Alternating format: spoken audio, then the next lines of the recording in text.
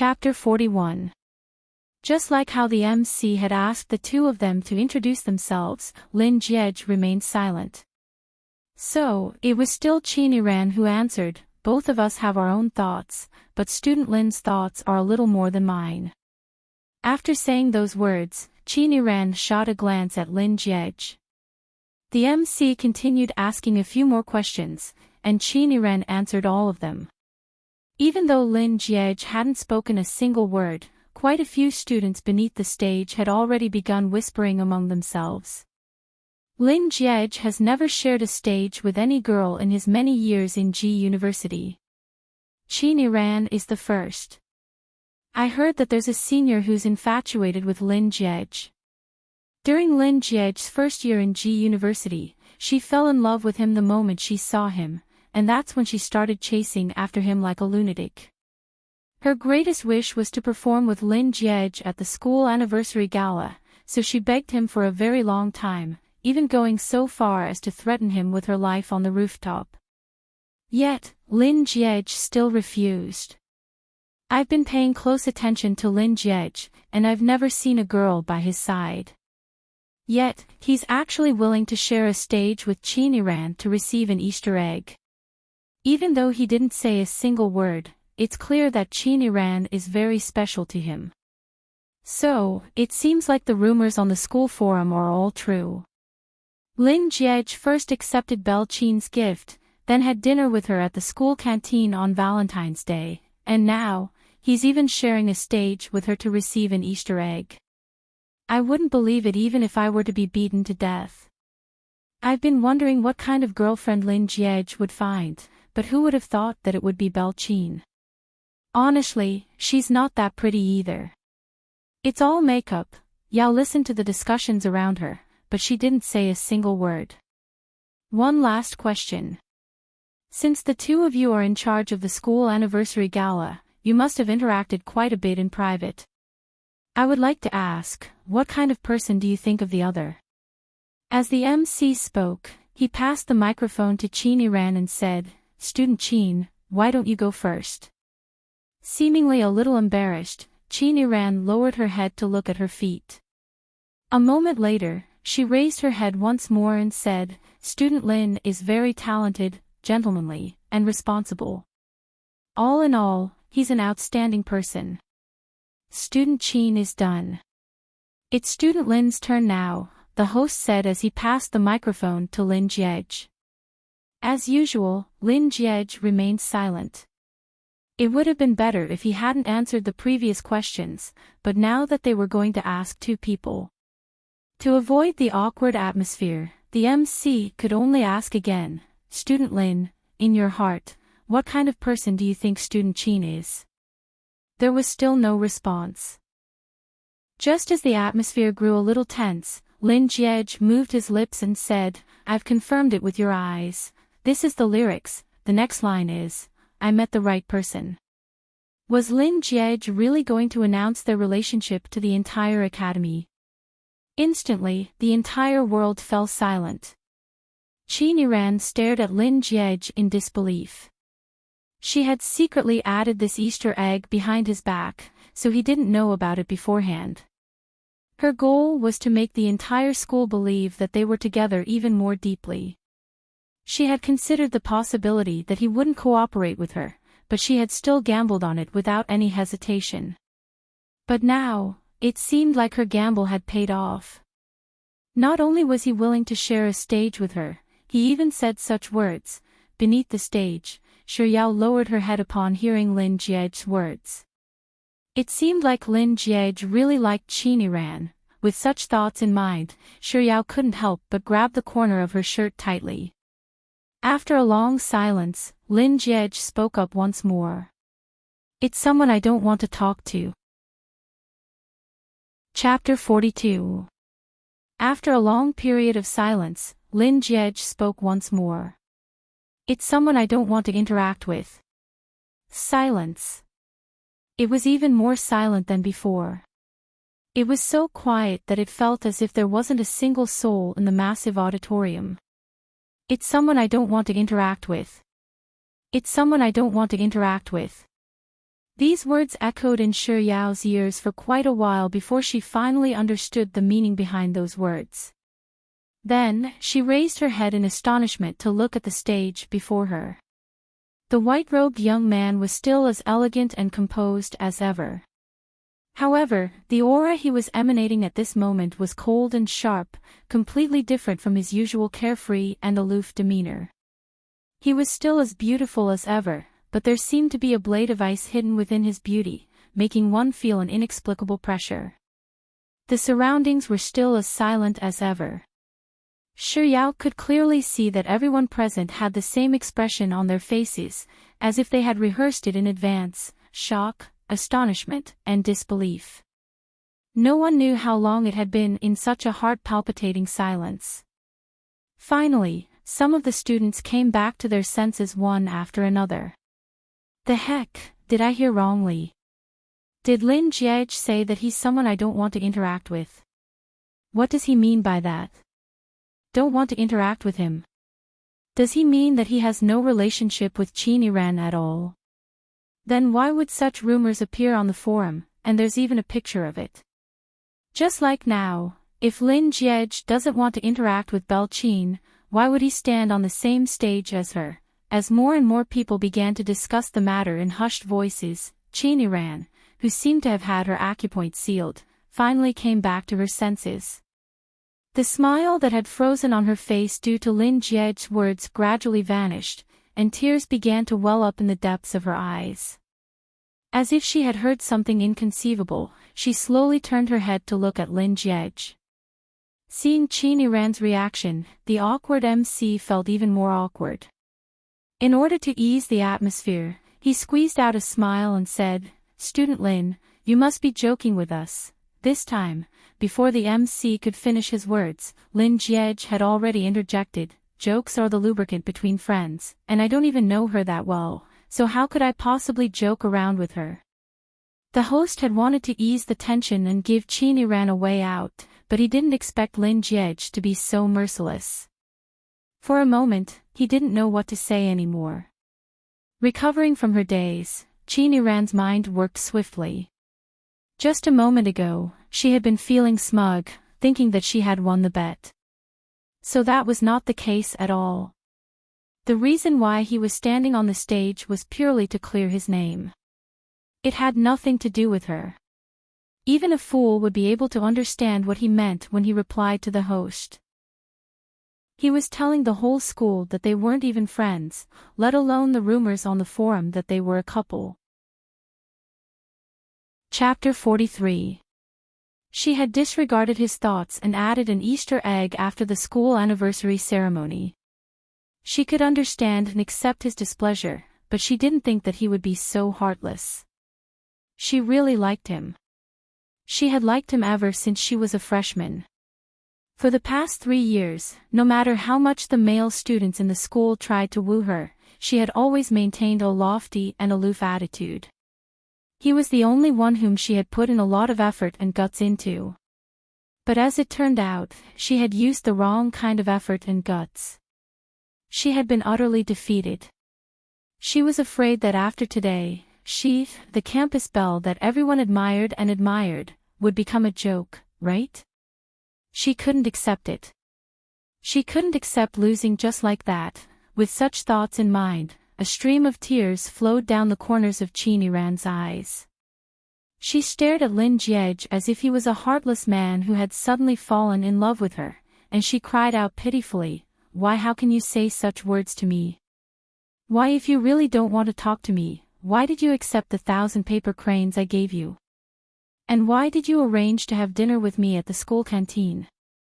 If you really don't want to talk to me, why did you agree to the Easter egg back then?" As Qin Yiran spoke more and more, the tears in her eyes flowed more and more fiercely. In the end, she looked so pitiful that she looked like a weeping beauty. "You can dislike me, but you can't bully me like that." Ha! Was she trying to make things worse? Seeing that her scheme wasn't working, she decided to act pitiful in front of the entire school and frame Lin Jiej as a scumbag who trampled on the emotions of others. There was a saying that went, "A good man doesn't fight with a woman, but it was a pity that Lin Jiej had never been a good man to a woman who had nothing to do with him. Since she had already spoken up, he might as well settle both old and new debts together. Faced with the pitiful Qin Ran who was on the verge of tears, not only did Lin Jiej's expression not change in the slightest, the look in his eyes grew even colder. Even his tone was so cold that it could cause one's heart to palpitate. First, I didn't accept the gift. You asked someone to send it to my dormitory, and I also asked someone to send it back to where it came from. Secondly, the dinner at the cafeteria was because of the school anniversary. If I remember correctly, we only met once. And if I remember correctly, the night before that, you gave me a present. At this point, Lin Jiej shot a glance at Qin Ran, and his words seemed to carry a deeper meaning behind them. Your timing is pretty good. After mocking him, Lin Jiej continued on with his previous topic. Thirdly, I didn't know about this Easter egg until the host announced my name. Having said everything that needed to be said, Lin Jiej had no intention of lingering on the stage any longer. He swiftly walked away. His methodical words were like a bomb, causing the students present to become even more restless. Lin Jiej is clearly saying that he's been tricked by Qin Ran. It turns out that this love story between a talented man and a beautiful woman is a heartless one. However, I didn't expect Qin Ran to be so scheming. She was the one who set Lin Jiej up first, so how could she still have the cheek to cry and act pitiful? Chapter 44. Even if Qin Ran has done something wrong, Lin Jiej shouldn't have done such a thing. No matter what, he's still a man, so shouldn't he display the basic demeanor of a gentleman? His actions are simply too hurtful to Qin Ran's pride. No matter what, he should at least leave some face for Qin Ran. That's right. Even if Qin Ran's actions are a little inappropriate, she's still doing it out of love for Lin Jiej. Isn't it a little too much to treat someone who likes her like this? Lin Jiej, who was in the midst of leaving the auditorium hurriedly, abruptly halted his footsteps upon hearing those words. There were so many students in the auditorium, but his hearing was so good that it was a little scary. He could actually identify where the sound came from, and he prepared to walk in front of the two people who had just spoken. The crowd quietened down again because of his actions. Lin Jiej's voice wasn't loud, but it was loud enough for the people around him to hear it. Face is given to yourself, not given to you by others. Similarly, self-esteem is the same. Self-esteem obtained through begging isn't self-esteem, it's pitiful. Also, you don't have to be a gentleman to all girls. If you have to be a gentleman to everyone, then you're not a gentleman. You're a central air conditioner. Also, creating trouble for others in the name of liking someone isn't called liking someone, it's immoral. If you think what I did today is too much, then let me tell you, I'm only not too much to the girl I like. What should I do? I think my idol is super cool today. It's not just cool, it's super cool, okay?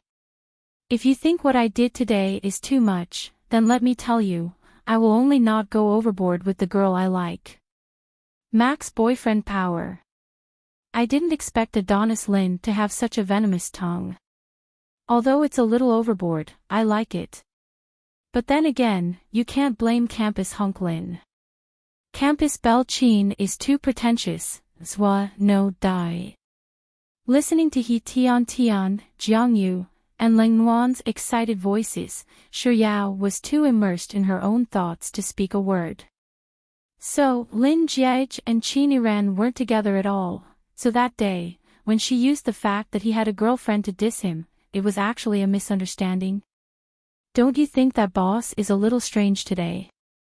I felt it too. There are so many girls chasing after our boss, and it's not like there aren't any girls who would try to trick others into thinking that our boss is in a relationship with them, but our boss didn't pay any heed to them in the past. This time, even though Qin Ran is a little more vicious than the other girls in the past, it's not to the extent of committing an unforgivable crime. However, our boss seems a little scary today. It's like he's a completely different person from before. Since I'm the only one in dormitory 501 who has a girlfriend, I have the right to speak. I don't think boss is being serious. He's clarifying and explaining, or maybe he's afraid of being misunderstood. Walking roughly half a meter behind Lin Jiej, Xie Shangzhou, Lu Benlai, and Song Chaoshi muttered among themselves. But not too long later, Lin Jiej abruptly came to a halt. The three that followed behind quickly shut their mouths and looked over in confusion. Then, they saw a girl charging forward with her head lowered, not looking where she was going. Hao Yao, you are going to bump into someone. P.S. A new week has arrived. This is a weekly event. Leave a comment in this chapter and choose 10 readers to give a bonus of 52 renminbi. Chapter 45. Yao Yao, you're going to bump into someone. Hearing Lang Wan's sudden exclamation, Shi Yao instinctively raised her eyes to take a look. Roughly 10 centimeters away from her face was a lump of white.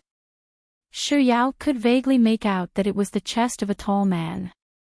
She subconsciously tried to stop herself, but due to inertia, it was already too late.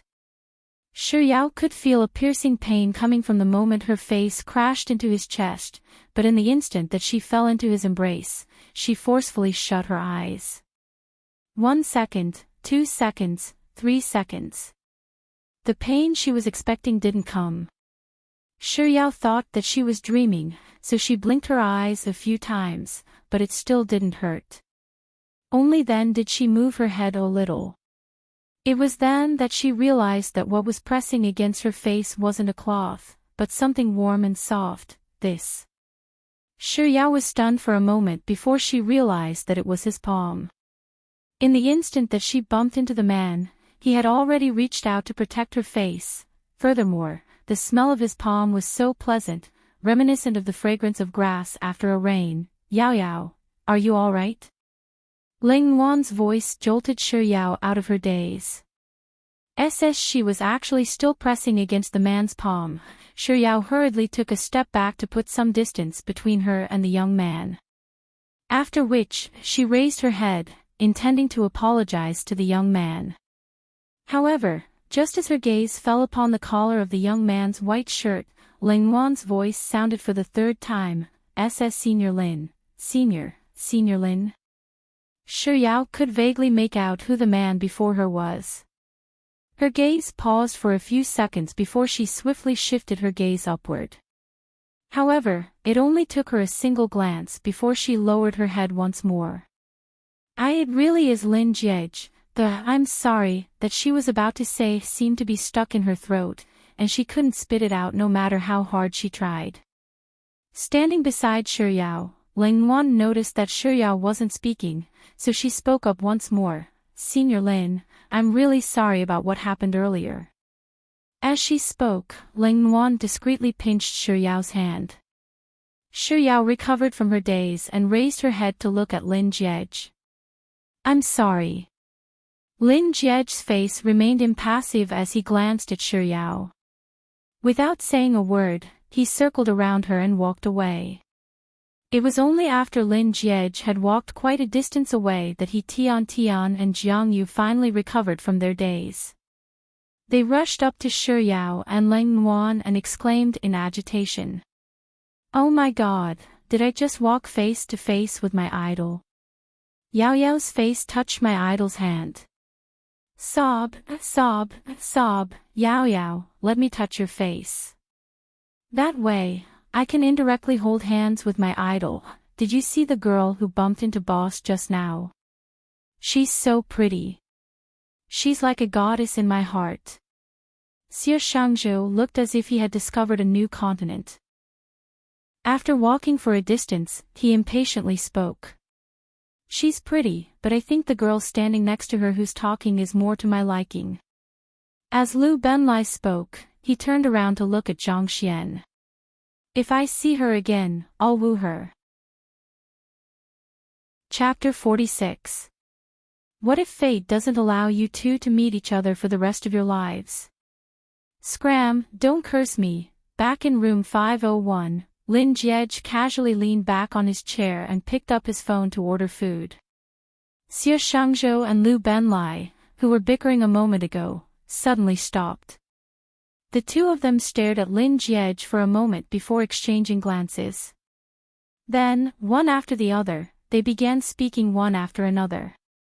Something seems to be wrong with boss. That's right, I feel it too. Xie Shangzhou replied as he retreated to the entrance of the dormitory room. Following Lin Jiej's example, he pushed open the door with one hand and walked into the dormitory room. Just as he was about to pass by the washroom, he suddenly realized that something was amiss with Lin Jiej, and he abruptly froze before turning his gaze toward the washroom. Noticing Xie Shangzhou's actions, Lu Benlai also turned his gaze toward the washroom. The two of them stared at the washroom for 2 seconds before exclaiming in unison, "I got it. Boss didn't wash his hands. Boss has a slight obsession with cleanliness, and he hates it when others touch him. Even if he were to shake hands with someone out of courtesy, he would still wash his hands. Today, he walked right in front of an unfamiliar lady, and he used his hand to cover her face. After returning to the dormitory room, he actually didn't wash his hands. Something's up. Could it be that boss has taken a liking to my goddess as well? My goddess. After ordering the food, Lin Jiej was just about to pay when his fingers suddenly froze for a moment. He turned around and said to Xie Shangzhou, "You'll go down to pick up the food today." Why? Boss, I was the one who went to pick up the food yesterday. Didn't we agree that little Lai Lai and I would take turns to pick it up? Boss, this isn't fair. Before Xie Shangzhou could finish his words, Lin Jiej had already waved his phone and said nonchalantly, "Since that's the case, I'll cancel your order then." As he said those words, Lin Jiej's finger dipped down on the screen. I'll go today, tomorrow, and the day after. Boss, I'll go however many days you want me to go. Xie Shangzhou's attitude changed in an instant. Lin Jiej retracted his urge to cancel the order. While paying for the food, he said with a slightly troubled look on his face, "It doesn't feel right to have you pick up the food all by yourself." Fearing that he wouldn't be able to get his food, Xie Shangzhou was just about to resolutely say, "It's fine, I love getting food." But before he could finish his words, Lin Jiej, who had just paid the bill, tossed his phone onto the table and leisurely leaned against the back of his chair. Then, he spoke up once more. "But since you're so willing to get your food, I'll have to trouble you for the rest of the semester." After saying those words, Lin Jiej automatically blocked out Lu Benlai's gloating laughter and Xie Shangzhou's howls of protest. Closing his eyes, he leisurely rested his mind. As Lin Jiej had lessons tomorrow morning, he didn't go to the hospital that night. After dinner, Xie Shangzhou and Lu Benlai were summoned by the professor to do some manual labor. Chapter 47. He returned to his desk, picked up his phone, and glanced at his WeChat. It was a message from Xie Shangzhou. It wasn't a message or a picture, but a link. Lin Jiej tapped on it, and it was still the school forum. The title of the post was particularly eye-catching, Lin Jiej, destined to be alone. Destined to be alone. Destined to be alone. A slight frown appeared on Lin Jiej's forehead as he scrolled through the contents of the post. Lin Jiej is too much to treat a lady like this. He's destined to be alone for the rest of his life. Lin Jiej swiftly scanned through the main post. Oh, it was an attack on what he had done to Qin Ran earlier this afternoon. Lin Jiej quickly scanned through the first page of the post, and there were both positive and negative comments. However, by the end of the first page, the topic had already gone astray. They were all discussing Qin Ran's character and what kind of girl would take him down. What did it matter to them what kind of girl would take him down? Lin Jiej flipped to the next page and saw the OP's comments. Lin Jiej, destined to be alone for the rest of his life. Lin Jiej did a rough count, and there were around 30 comments. He sneered disdainfully in his heart before tossing his phone aside. Grabbing his towel and pajamas, he made his way to the bathroom. When he was halfway there, he let out a disdainful sneer. Destined to be alone for the rest of his life. He already had a fiancée before he was even born, and they actually dared to say that he was destined to be alone for the rest of his life. What a bunch of ignorant single dogs and a bunch of fake singles who have girlfriends but no official status. After his shower, Lin Jiej didn't feel the slightest bit displeased by the ridicule on the school forum. Instead, in a good mood, he headed to the balcony to enjoy the night breeze. The night sky wasn't bad at all. The moon was quite round, and he could even see a few stars. The winter jasmine had bloomed downstairs, and its fragrance carried along with the night breeze. It smelled pretty good. Lin Jiej stared at the sky for a moment before raising his hand to his nose and taking a light sniff. All that was left was the scent of the shower gel. Lin Jiej sighed deeply. Recalling the sweet fragrance that the young lady had brought with her when she had bumped into his embrace earlier in the evening, the corners of his lips curled up slightly. The fiancée that his grandfather found for him didn't even know how to walk. Was she an idiot? With this thought in mind, the smile on Lin Jiej's lips grew even wider. Not too long after Lin Jiej stood on the balcony, his phone, which he had placed on his dormitory room table, suddenly rang once more. He returned to his desk and picked up his phone. It was a message from the Sexy and Frisky group. Yao loves ice cream. Is there anyone who wants to play? Juice, Sis Yao, I'm sorry, but I might not be able to bring you out tonight. Expert of the monkeys, tomorrow, I guarantee that I'll be able to play with you tomorrow. Expert of the monkeys, I suddenly remembered that boss is free tonight, so he's in the dormitory alone. Sis Yao, let boss bring you out to play. Expert of the monkeys, less than 111,111, it's juice, less than 111,111. Chapter 48. That little fatty who said that his hand was shaking yesterday and added him by mistake. Had it been any other day, Lin Jiej would have played dead without any hesitation, but for some reason, he was in a good mood today. So, he decided to show some mercy and bring the little fatty along tonight. With this thought in mind, Lin Jiej logged into the game, shared his room with the Sexy and Frisky group, and added, Yao loves ice cream, as well. After Yao loves ice cream entered the room, Lin Jiej's phone vibrated once more. He tapped on the button to start the game before opening WeChat. Expert of the monkeys had sent him a message, thank you, boss.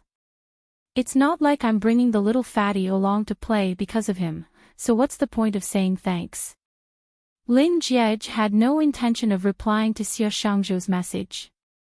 He was just about to return to the game when another message popped up on his screen. It was from, Yao loves ice cream, thank you +1, is the little fatty echoing Xie Shangzhou's words. Without any hesitation, Lin Jiej tapped on the screen. 111,111, you're welcome. I just think that it's too unchallenging to play alone, so I decided to bring you along to increase the difficulty. On the other end of the phone, upon seeing 111,111's message, Shi Yao instinctively tapped on the thank you +1 she had just sent, wanting to take it back. But due to the time limit, she couldn't take it back. She really wanted to chop off her own hand. She shouldn't have said thank you to him. Just like last night, Shi Yao and 111,111 didn't really talk much throughout the game. Due to her accidentally bumping into Lin Jiej earlier in the evening, she didn't have a satisfying dinner. So, every once in a while, she would open her mouth to speak. Help me wash an apple, thank you. Help me get a bag of chips, thank you. Help me pass the milk, thank you. Help me open the beef jerky, thank you. Help me tear open the packaging of QQ sweets, thank you.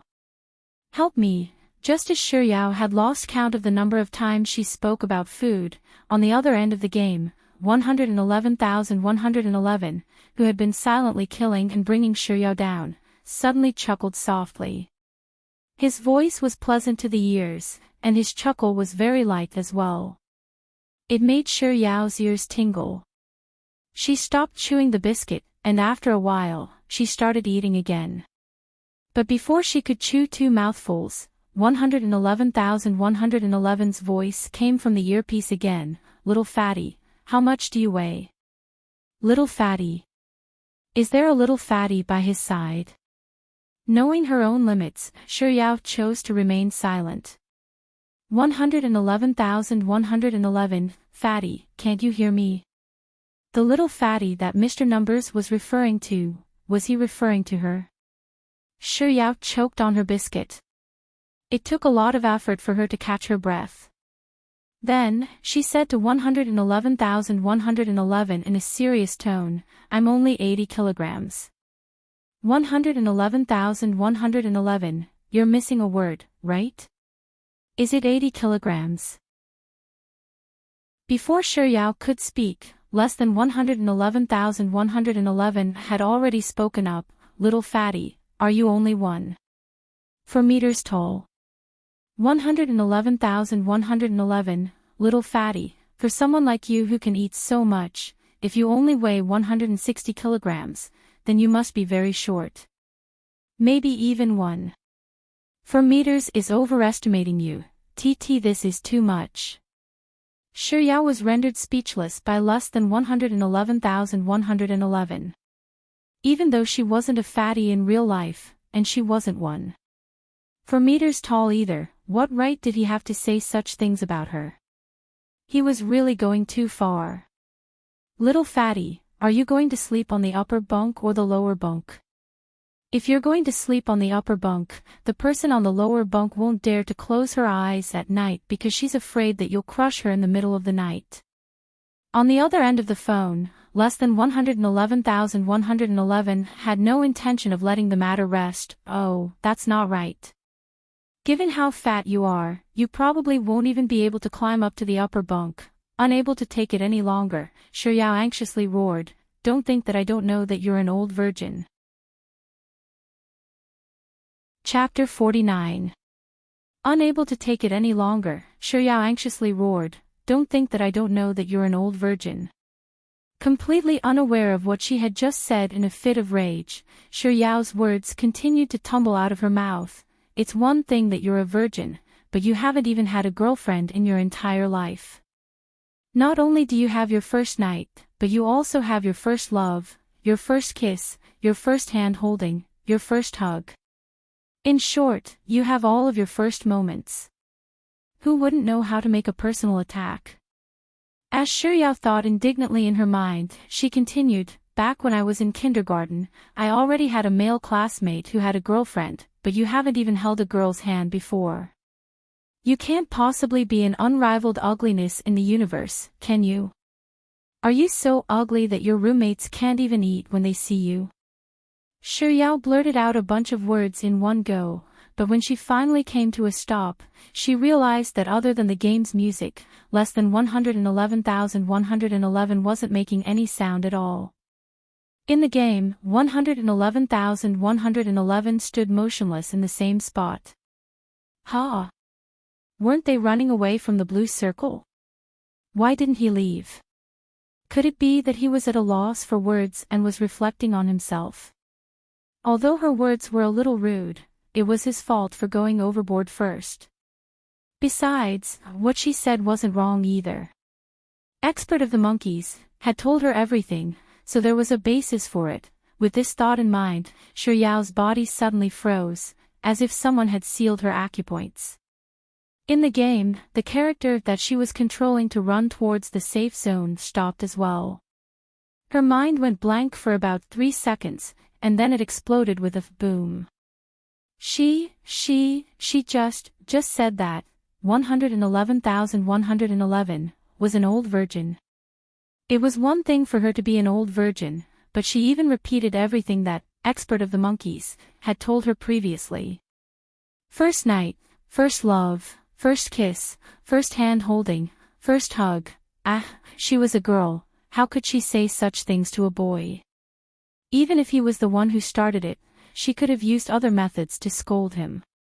Why did she have to say that he was an old virgin? Shiryao had no idea what 111,111 was doing on the other end of the game, but through her earpiece, she could vaguely hear some movements. She was so scared that her heart trembled. In the next second, she exited the game and threw the phone away. Yao Yao, what are you doing? Also, who were you talking about with those words just now? Ignoring He Tiantian's question, Shiryao pulled the blanket aside and hid herself beneath it. Lin Jiej was in a good mood to begin with, and as he played the game, he could hear, "Al loves ice cream," adorable words coming from his earpiece from time to time, and his mood only got better and better. Although he was playing, he was counting her words in his heart. Throughout the night, she opened her mouth 12 times. Every time, she wanted to eat something, and it was a different dish. Chapter 50. It turned out that not only was she delicious, she also had a huge appetite. To eat like that in the middle of the night, it would be hard for her not to be a fatty, right? As these thoughts flashed across his mind, a round and white creature reminiscent of a freshly baked bun surfaced in his mind. He couldn't help but chuckle softly. Then, for the first time in his life, he spoke up, "Little fatty, how much do you weigh?" Actually, it was very impolite to ask a girl he had never met before about her weight.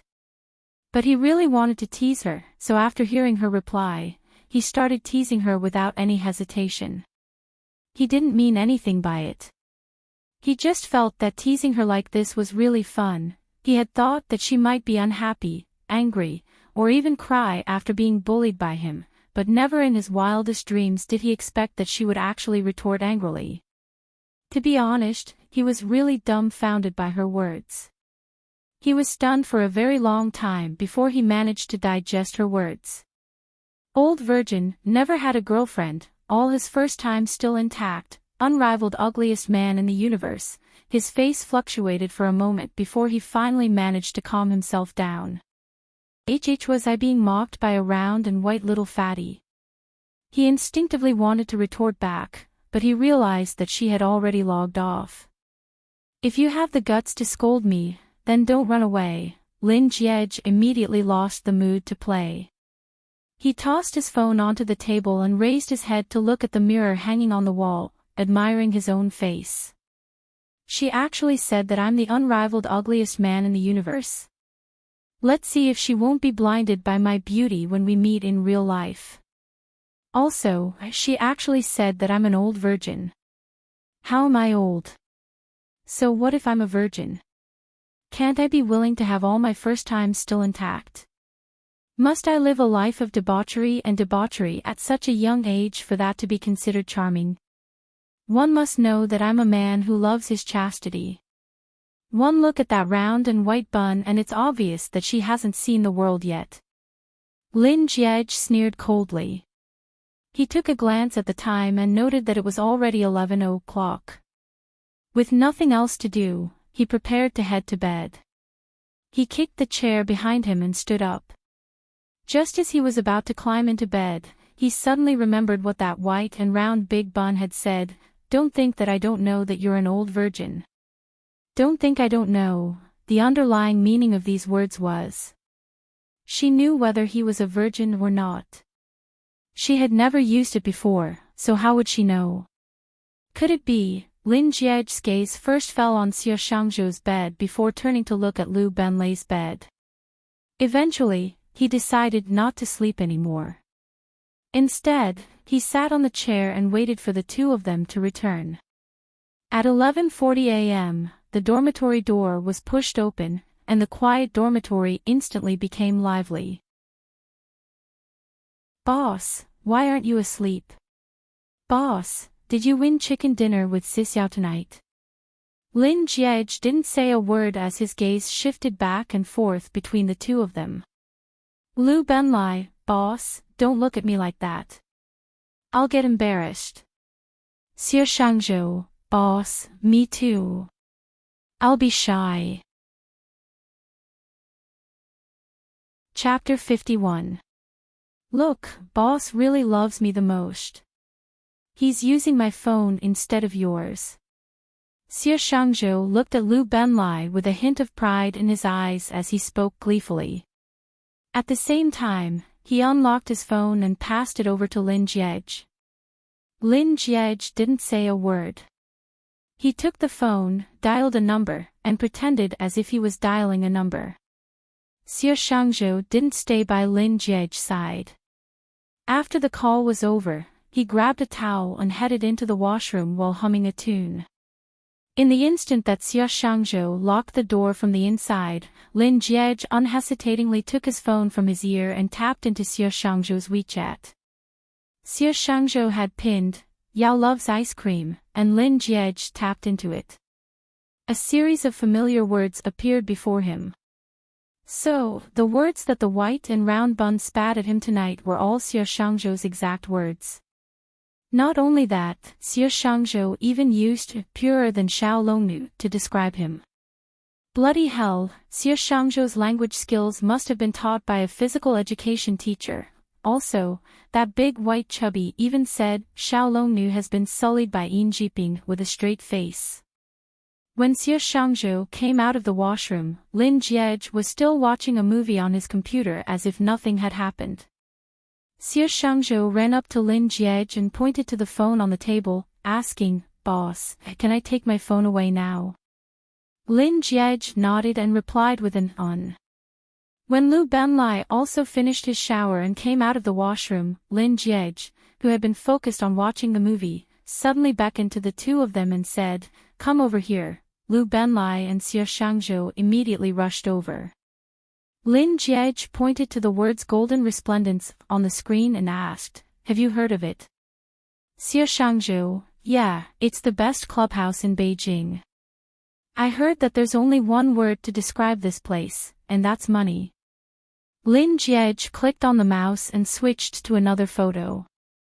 Pointing to a row of beautiful waitresses, he asked, "Are they beautiful?" Lu Benlai, "They are. I've long heard that the waitresses at Golden Resplendence are gorgeous, but it seems like it's true."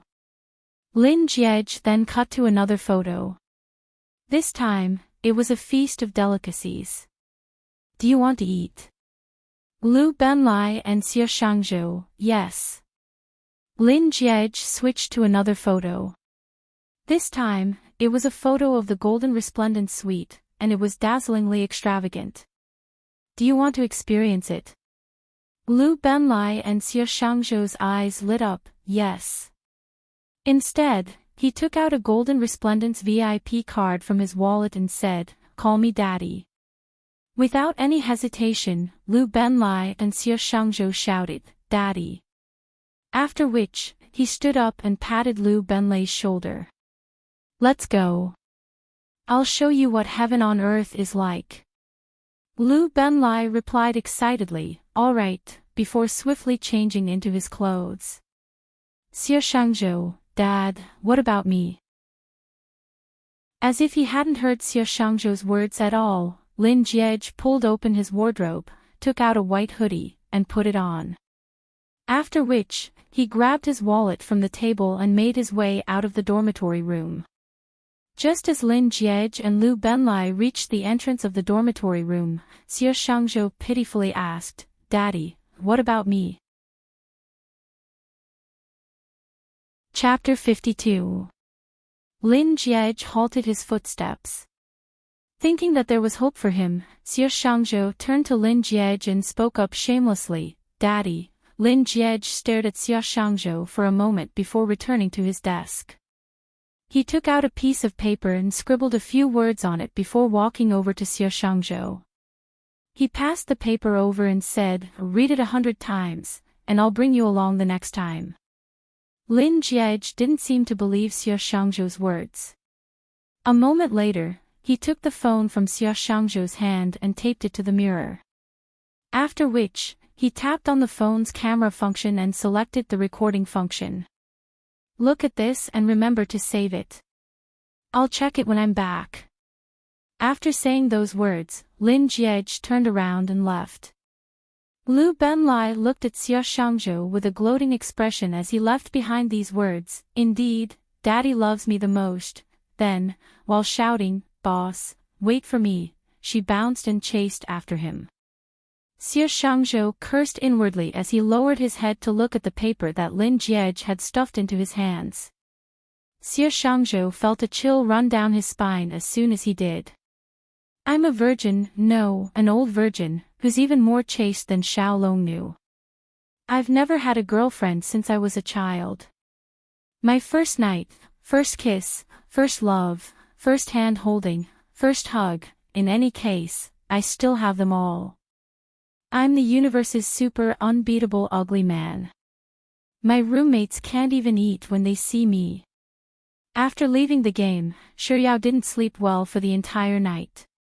Even the next day, when someone asked her in the sexy and frisky WeChat group, she did not dare to speak up. She had always been a big eater, but she only ate half of what she usually ate for breakfast and lunch. Shuyao didn't have any lessons the next afternoon, so she made an appointment with Grandpa Lin to visit him at the hospital. On the way to the hospital, Shuyao saw a milk tea shop through the car window. Out of habit, she asked the driver to stop the car and queued up to buy a cup of milk tea. Back in the car, Shuyao sipped on her milk tea as she recalled how she had dissed less than 111,111 in the game for the umpteenth time.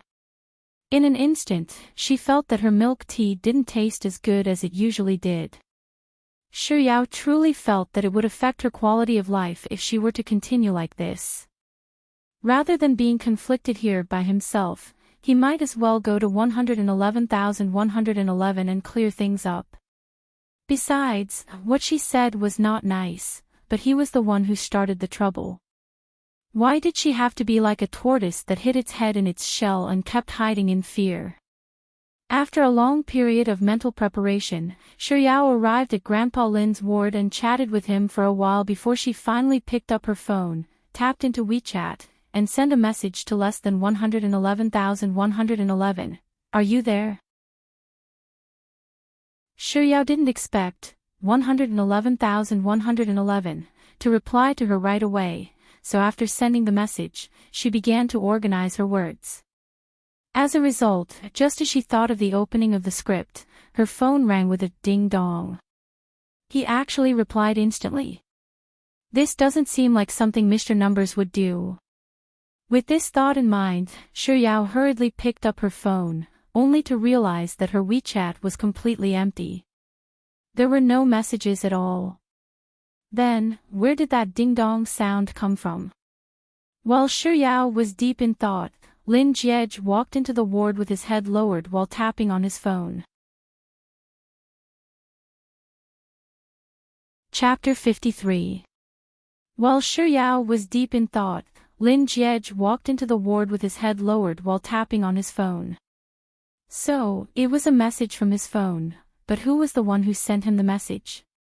His expression doesn't seem right.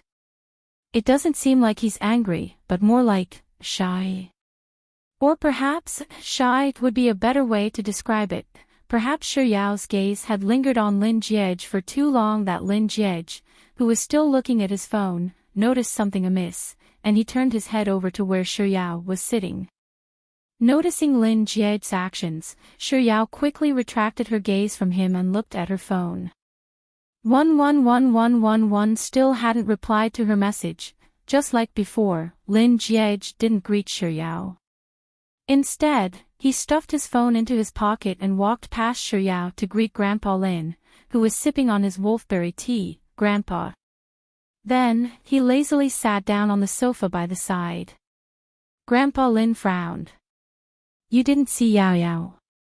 As if he hadn't heard anything, Lin Jiej remained silent. Grandpa Lin's tone turned heavier as he asked, "Did I speak to you?" Lin Jiej raised his eyebrows and shot a glance at Shi Yao before replying with a perfunctory as a form of greeting. Grandpa Lin's eyebrows furrowed in anger. Fearing that he would fly into a rage, Shi Yao hurriedly said, "Grandpa Lin, I nearly forgot. I brought an iPad for you and downloaded your favorite spy drama. This way, you won't be bored while you're hospitalized." Grandpa Lin glared at Lin Jiej fiercely, but he didn't pursue the matter. Instead, he turned around and started chatting with Shi Yao with a smile on his face. "Yao Yao sure is sensible and considerate. Unlike a certain brat who angers me every day. Yao Yao, why do I have such a terrible fate? What kind of sin did I commit to give birth to such a grandson? Yao Yao, do you think that I carried the wrong grandson back at the hospital?" Shi Yao didn't know how to respond to Grandpa Lin's words, so she could only sit by the side awkwardly. She sneaked a glance at Lin Jiej, only to see him swinging his legs nonchalantly. Clearly, he wasn't listening to Grandpa Lin's words at all. Even after dinner, 111111 still hadn't replied to Shi Yao's message. It can't be that Mr. Numbers is angry, is he? While Auntie Sun was taking care of Grandpa Lin, Shi Yao took out her phone and sent a message to less than 111,111. "Are you there? I have something to tell you." A second after Shi Yao tapped on the send button, a ding-dong sound echoed in her ears. Shi Yao subconsciously turned around to look at Lin Jiej, who was slumped on the sofa. What a coincidence. Twice in a row, his phone rang when she sent him a WeChat message. Those who didn't know better would have thought that she had sent him a message. With such thoughts in mind, Shi Yao saw Lin Jiej lazily taking out his phone from his pocket. He did not know who had sent him the message. He stared at it for a while, and the expression on his face became the same as when he entered the ward, a little awkward and a little shy. However, this time, he didn't ignore her message like before. Instead, he lifted his finger and tapped on his phone screen. Chapter 54. Then, under the light of the ward, Shi Yao could clearly see a hint of redness on Lin Jiej's fair face. Lin Jiej's face actually turned red as he replied to the message he received. Shi Yao thought that she was seeing things, so she blinked her eyes hard, only to realize that the redness had spread all the way to Lin Jiej's ears. Shi Yao, who wasn't too interested in the message Lin Jiej had received, suddenly felt her curiosity piqued. Just who in the world sent him a message, and what was the content of the message that made him blush? Not too long later, Lin Jiej's phone rang once more. Unlike before, it wasn't the notification tone of a message but a phone call. Without avoiding the people in the ward, he picked up the call right away. He wasn't too sure what the person on the other end of the call said to him, but his attitude couldn't be considered warm or distant. All he did was reply with a few words. After hanging up the call, he stood up and said to Grandpa Lin, "Grandpa, Liang Jusi called. He wants me to go over to play." After saying those words, he turned to Auntie Sun and said, "Auntie Sun, I'll have to trouble you to take care of Grandpa for a while. I'll be back later." Shi Yao knew Liang Jusi, but she wasn't familiar with him. He was Liang Mumu's cousin, Lin Jiej's childhood friend. Not too long ago, when she met Lin Jiej in the elevator of SKP, he was among the group that followed Lin Jiej. Grandpa Lin also recognized Liang Jusi, so he didn't stop Lin Jiej from leaving. However, just as Lin Jiej was about to leave the ward, a thought suddenly came to his mind, and he called out to him, "Wait a moment, bring Yao Yao with you." Lin Jiej and Shi Yao couldn't help but stare at Grandpa Lin in bewilderment. One of them thought that he had heard wrongly. The other one was hoping that she wouldn't go. Grandpa Lin didn't think that there was anything wrong with it, so he continued, "It's the weekend, and Yao Yao doesn't have any lessons tomorrow. It's boring for her to stay in the hospital alone. Since you're going out to play, why don't you bring her along?" Lin Jiej frowned, but he didn't say a word. Shi Yao immediately turned him down. Grandpa Lin, I have to go home later to catch up on my drama. You can catch up on the show anytime, it doesn't have to be today. You should go out and have fun during the holidays. Also, let me tell you, Yao Yao, that brat Liang Jusi really knows how to eat. There will definitely be a lot of delicious food at his gatherings. There's a lot of delicious food. Shi Yao, who was still thinking of finding an excuse to reject Grandpa Lin, suddenly found herself unable to utter a single word. Seeing that the two of them were silent, Old Master Lin quickly made the decision for them. Hurry up and go. Have fun. Without wasting any time, Lin Jiej pushed open the door to the ward. Just as he was about to walk out of the ward, Grandpa Lin suddenly spoke up, "Oh, right. Auntie Sun, give the driver a call and have him send them over. Then, wait at the entrance for them to finish playing before sending them back." After Lin Jiej and Shi Yao left, Grandpa Lin, who had been feigning that he was unable to get down from his bed ever since the two of them appeared, immediately leaped off his bed and began pacing around the room while rubbing his back. Chapter 55. I've been too careless in the past. I thought that I wouldn't have to worry about them anymore since Jiej didn't insist on canceling his engagement with Yao Yao. Yet, after such a long time, they still insist on canceling their engagement. Now, I have to be more careful. Take tonight for example, if Jiej wants to go out to play, I'll have him bring Yao Yao along. How can two people nurture their feelings if they don't interact with each other? Only by interacting with each other can we nurture our feelings. Since they're going out to play, they'll surely drink. If Jiej were to drink too much, Grandpa Lin looked out the window and chuckled to himself. The more he thought about it, the more likely it seemed. As long as Jiej touches a single finger of Yao Yao, he'll have to take responsibility. If he touches a few more fingers, I might even have a great-grandson by tonight. Grandpa Lin's imagination ran wild for a moment before he suddenly spoke up once more. Auntie Sun, do you know why I had the chauffeur send them and pick them up? Before Auntie Sun could respond to Grandpa Lin's question, Grandpa Lin shot her a look that said, with your intelligence, there's no way you'd understand. Before continuing, I sent the chauffeur to keep an eye on them. As long as the chauffeur is around, that brat Lin Jiej won't dare to leave Yao Yao behind. No matter how unwilling he is to bring Yao Yao out to play, he'll have no choice but to bring her along. So, there's still a chance for my great-grandson. I'm really too smart. Auntie Sun couldn't bear to look at Grandpa Lin anymore, so she silently left the ward with her water bottle to get some hot water. After arriving at the Golden Resplendence, shortly after Lin Jiej and Shi Yao alighted from the car, Lin Jiej's phone rang.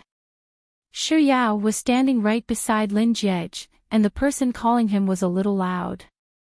Shi Yao could vaguely hear the other party rushing Lin Jiej to see if he was there.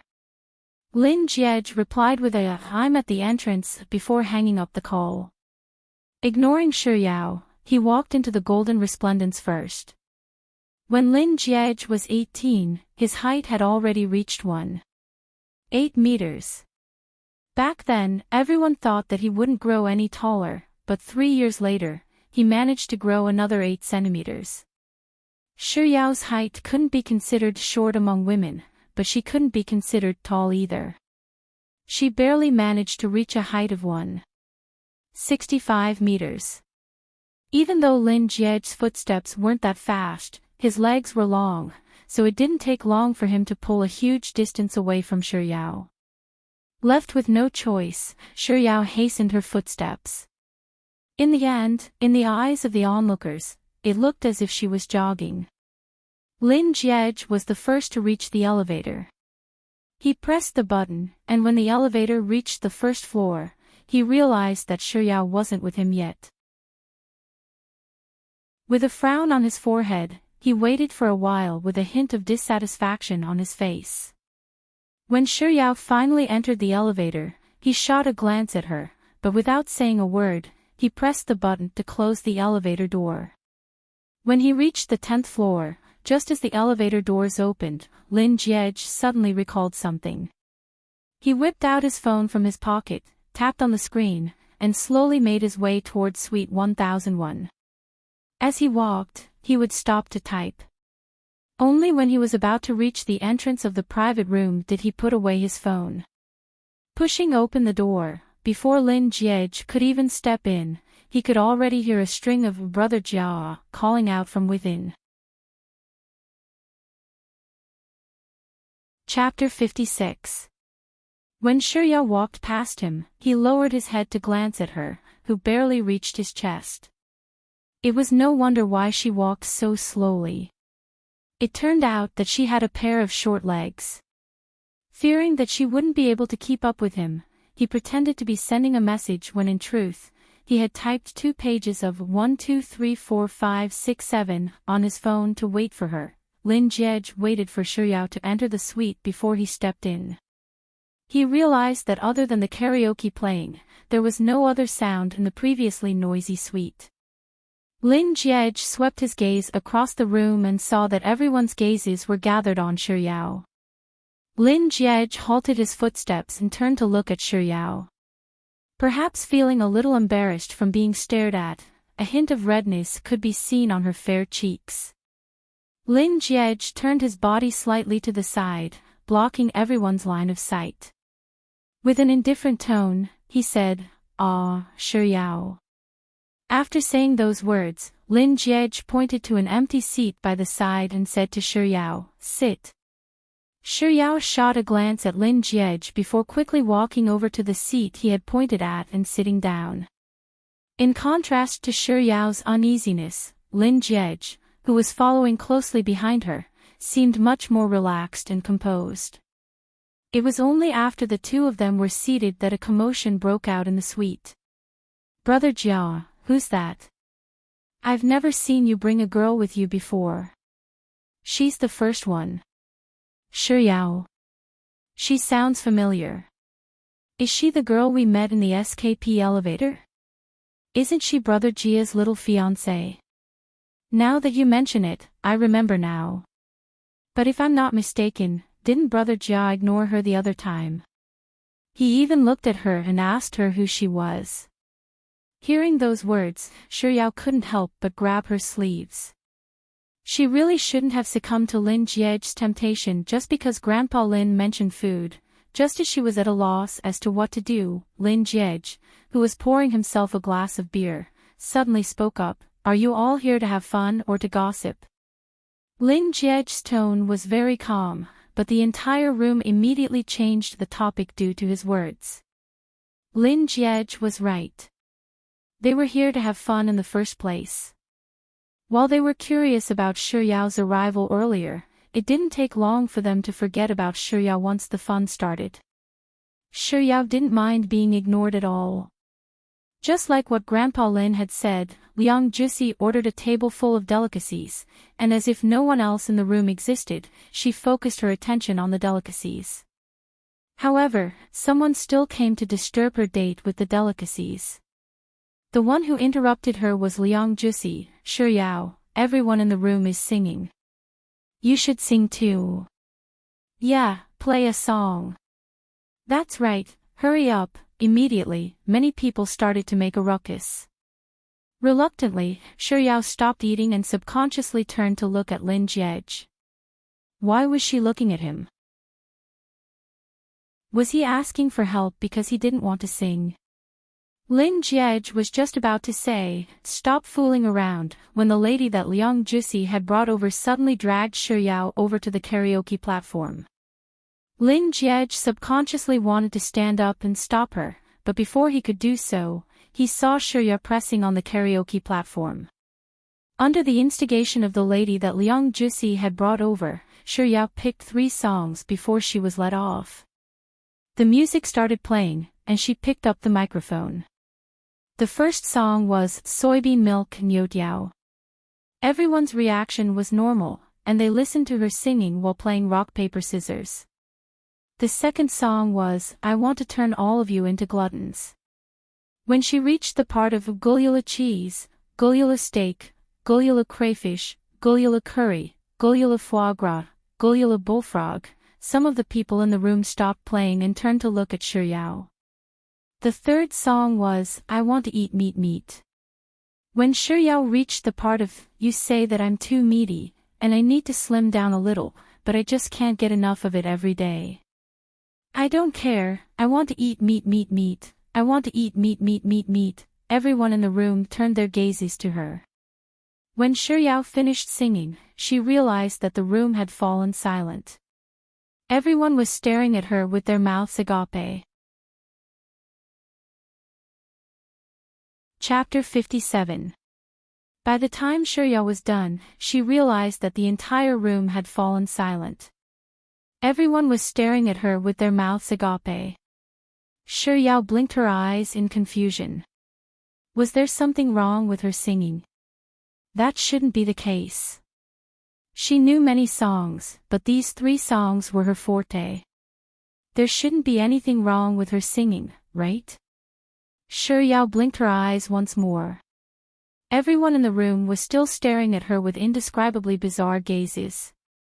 She hadn't been nervous when she was singing earlier, but she suddenly found herself at a complete loss. She knew a couple of Lin Jie's friends, but she had no idea whether they knew her or not. Thus, everyone in the room was basically a stranger to her. In comparison, Lin Jie, who she wasn't too familiar with, became the person she was most familiar with. Feeling helpless, Shiryao instinctively turned to look at Lin Jie. A few of the lights in the room had been switched off, and the room was a little dim. On top of that, he was sitting in a corner, so other than the white shirt he was wearing, Shiryao couldn't see his expression at all. However, even if the room was well lit, there was no guarantee that he would help her out if she were to look at him. She might as well rely on herself. Shiryao gripped the microphone tightly in her hand, wondering if she should say a few words before returning to her seat. However, at that moment, Liang Jusi suddenly spoke up, Shiryao, do you know any other songs other than these 3? Shiryao thought that Liang Jusi was just chatting with her, so she replied, I do. Eat a little more. Liang Jusi didn't say anything. He was standing relatively close to Shiryao, so she could see that his expression was a little distorted. Does he not understand what I'm talking about?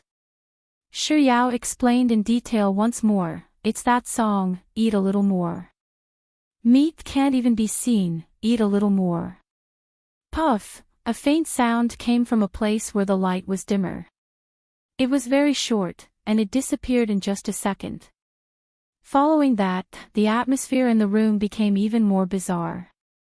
Didn't she just sing 3 songs? Her reply to Liang Jusi was perfectly normal too, so why was everyone looking at her weirdly?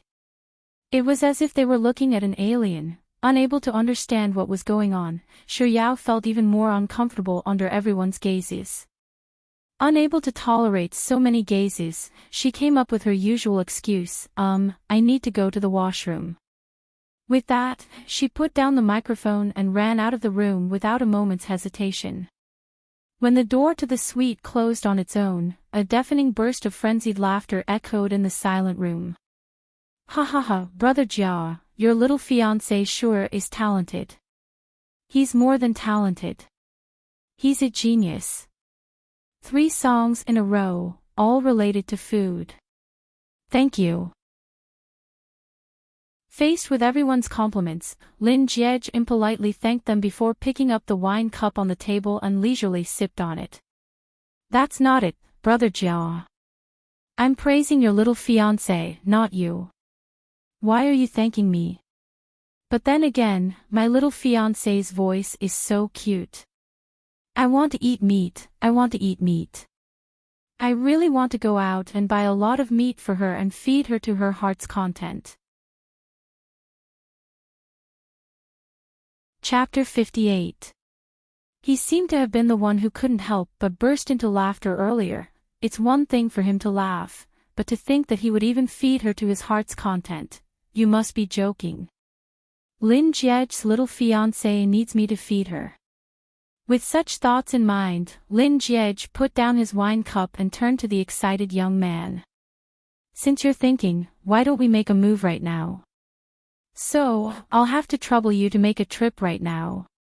As if a robot whose switch had been switched on, the young man fell silent in an instant. A moment later, the young man spoke up once more, but his tone wasn't as cheerful as before. Brother Jia, I was wrong. Since you've realized your mistake, I'll give you a chance to make up for it. As he spoke, Lin Jiej picked up the wine bottle on the table and poured himself a glass of wine. Just as he was about to lift it up to drink, he noticed that the young man still hadn't made a move yet. Thus, he spoke up once more with a threatening tone, "Why aren't you going?" Not daring to utter a single word, the young man immediately stood up and rushed toward the door. But barely after he took 2 steps, Lin Jiej suddenly called out to him, "Wait a moment." He turned around and saw Lin Jiej walking toward him, and his legs immediately turned to jelly. "Brother Jia, I was really wrong. I'll go buy some meat right now, I'll buy a lot." But before he could finish his words, a card suddenly appeared before his eyes. "There's no password. Swipe this card." After which, Lin Jiej added, "I want the one at China World Hotel Beijing. Remember to hurry back quickly. It won't taste good if it gets cold." As she dashed out of the suite, Shuyao didn't think about going to the washroom. Instead, when she reached the entrance of the washroom, she felt the urge to use it. Just as she squatted down on the toilet bowl, the phone in her pocket vibrated. Shuyao took out her phone and glanced at it. It was a message from Liang Mumu. "Yao Yao, you're at Golden Resplendence with Brother Jia." Shuyao's fingers moved as she replied, "That's right. Why didn't you call me when you were at Golden Resplendence?" "Yao Yao, I always bring you along whenever there's good food or fun to do. If I hadn't seen it on my cousin's Moments page, I wouldn't have known about it at all." 555555. Shuyao was a little embarrassed by Liang Mumu's message. "I'm sorry, Mumu. I didn't mean to not invite you. I didn't want to come in the first place. It was Grandpa Lin's idea to have Lin Jiej bring me here." Liang Mumu, Brother Jia actually agreed? Shuyao frowned. For some reason, she felt that there was something weird about those words, but she just couldn't figure out what it was. Soon, Liang Mumu sent another message over. "Does this mean that you won't be annulling your engagement?" It seemed like she had been too sensitive earlier. Mumu's main point was in the latter half of her sentence. Shuyao moved her fingers once more. "That's not it either. It's just that this matter has been delayed. I don't know how Grandpa Lin found out about it, but he flew into a huge rage when I told him that I wanted to annul our engagement. After that, he fell sick, and he's currently in the hospital. Andy-san told me that Grandpa Lin shouldn't get angry at me for the time being. Grandpa Lin treats me so well, so I decided to wait until Grandpa Lin recovers before we talk about this matter." Chapter 59. Liang Mumu, I see. How's Grandpa Lin doing at the moment? Shuyao, he's not doing too well.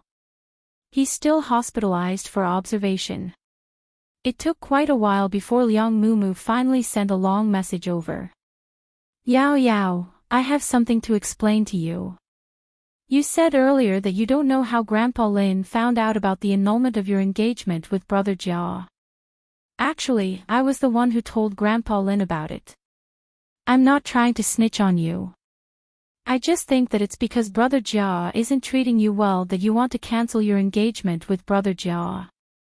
I'm just feeling indignant on your behalf, so I told Grandpa Lin about it. However, I didn't say too much to Grandpa Lin. All I told him was that Brother Jia doesn't seem to be treating Yao Yao well, and he still doesn't want to marry Yao Yao. I really didn't mean anything else. I didn't expect things to turn out like this. If you didn't tell me today, I would have thought that the matter had already passed. But now that I think about it, Yao Yao, I was too rash back then. Grandpa Lin likes you the most, even more than Sis Jai. There's nothing he can't bear to see you being wronged. While I didn't go too far with my words, he might have been overthinking things, and that's how things ended up. Yao Yao, I'm really sorry. So, it turned out that Grandpa Lin was the one who told him about the annulment of their engagement. Yao Yao, why didn't you reply me, are you angry? Yao Yao, I'm sorry, I promise I won't do this again. From Mumu's words, it seemed like she was doing it for her own good, recovering from her daze. Shi Yao quickly replied, it's fine, Mumu. It's all in the past now. It's fine. You're really not angry anymore. It's true. Moi, Yao Yao, I know you are the best. 2 seconds later, Liang Mumu sent another message. It was a picture of a cake. Yao Yao, to express my apology, I specially went to buy you a cake. I'll be at El Dorado soon, I'll give it to you later. Shi Yao sent over a drooling emoji before standing up and walking out of the cubicle. She walked over to the bathroom and opened the door. Just as she was about to head out to wash her hands, she suddenly heard a female student spitting out Lin Jiej's name from the sink outside. She paused in the middle of pushing the door open. It was only then that she realized that they weren't talking about Lin Jiej but her. I heard that the young lady that Lin Jiej brought with him is his fiancée, and they were betrothed to each other when they were young. However, Lin Jiej doesn't like her at all. In fact, he even hates her a little. Let me tell you, they met once at SKP, and when Lin Jiej saw her, it was as if he was looking at a stranger. He completely ignored her and even asked her who she was. No way. You don't even know your fiancé. Lin Jiej must be faking it. It really wasn't an act. It was already very late that night, and Lin Jiej drove over to hang out with us. However, he didn't say that he was going to send her home. She even called for a cab and left. But if it's really as you said, why would Lin Jiej bring her here if he hates her so much? Chapter 60. There's nothing wrong with what you're saying. How could Lin Jiej possibly be interested in her? She's not tall, her figure isn't great, and her clothes are very ordinary. With just a look, it's clear that she comes from an ordinary family. Other than her looks, there's no way she's worthy of Lin Jiej at all. Lin Jiej is so rich, but she's still dressed like a commoner. It looks like Lin Jiej really doesn't like her at all. He didn't even give her any money. The voices of the duo grew further and further away, and eventually, all Shi Yao could hear was a disdainful sneer. When the commotion outside finally died down, Shi Yao opened the door and walked out. Immersed in her own thoughts, she didn't notice that the door to the male washroom on the opposite side had also opened. With her head lowered, she slowly washed her hands before leaving the washroom. It was only after her footsteps had faded away that the door to the male washroom finally opened, and Lin Jiej walked out. He stared at the basin that the young lady had just used for a moment before walking up to it and turning on the tap. After washing his hands, he raised his head to look at the mirror, and the image of her walking out of the female washroom with her head lowered suddenly flashed before his eyes. Did she hear the conversation between those two women? Lin Jiej's Adam's apple bobbed up and down twice before he finally snapped out of his daze. He turned off the tap and left the washroom. By the time Shi Yao returned to the suite, Lin Jiej was nowhere to be seen. On the other hand, Liang Mumu had already arrived. She had brought her favorite cake with her, but due to the conversation she had overheard in the washroom, she had lost her appetite and was eating absent-mindedly. It took a while before Lin Jiej finally returned. Shi Yao put down the fork in her hand, intending to tell Lin Jiej that she didn't feel like playing anymore and wanted to head home. However, before she could say a word, Liang Mumu, who noticed Lin Jiej's return, greeted him with a bright smile, "Brother Jia." After which, she said, Brother Jia, since everyone is here, let's start playing the game we were talking about earlier. After saying those words, Liang Mumu shot a glance at Liang Jusi. Liang Jusi took out a few poker cards and a box stuffed with paper slips and began explaining the rules. There are only spades and hearts in the poker cards. Before we start the game, you'll have to use the dice to throw out a number, and the person who gets spades and hearts with the same number as the sieve will have to draw another paper slips, and the person who gets the number on the dice will have to do what is written on the paper slips. Those who don't do it will have to drink 10 cups as punishment. After explaining the rules of the game, Liang Jusi threw the dice, dealt the cards, and drew a slip of paper. The first pair was made up of 2 men, and the one who got spades made a boastful confession to the one who got hearts. The second person to deal the cards was the lady Liang Jusi had brought over. This time, she drew a couple, and before the entire room, they had to hug for 30 seconds. The third person to deal the cards was Liang Mumu. She drew Lin Jiej and Shi Yao, and the task written on the paper slips was to kiss for a minute. Following the cheers of the crowd, someone took out his phone and turned on the timer. However, as time ticked by, neither Lin Jiej nor Shi Yao responded. The bustling room gradually quietened down. Aren't they engaged? Why isn't he kissing her? Maybe Lin Jiej doesn't want to kiss her at all. 2 very soft female voices seemed to be whispering to each other, but their words reached the ears of everyone in the room. The atmosphere grew increasingly bizarre. Recalling the words she had heard in the washroom earlier, Shi Yao couldn't help but clench her fists tightly. There was no way he would kiss her.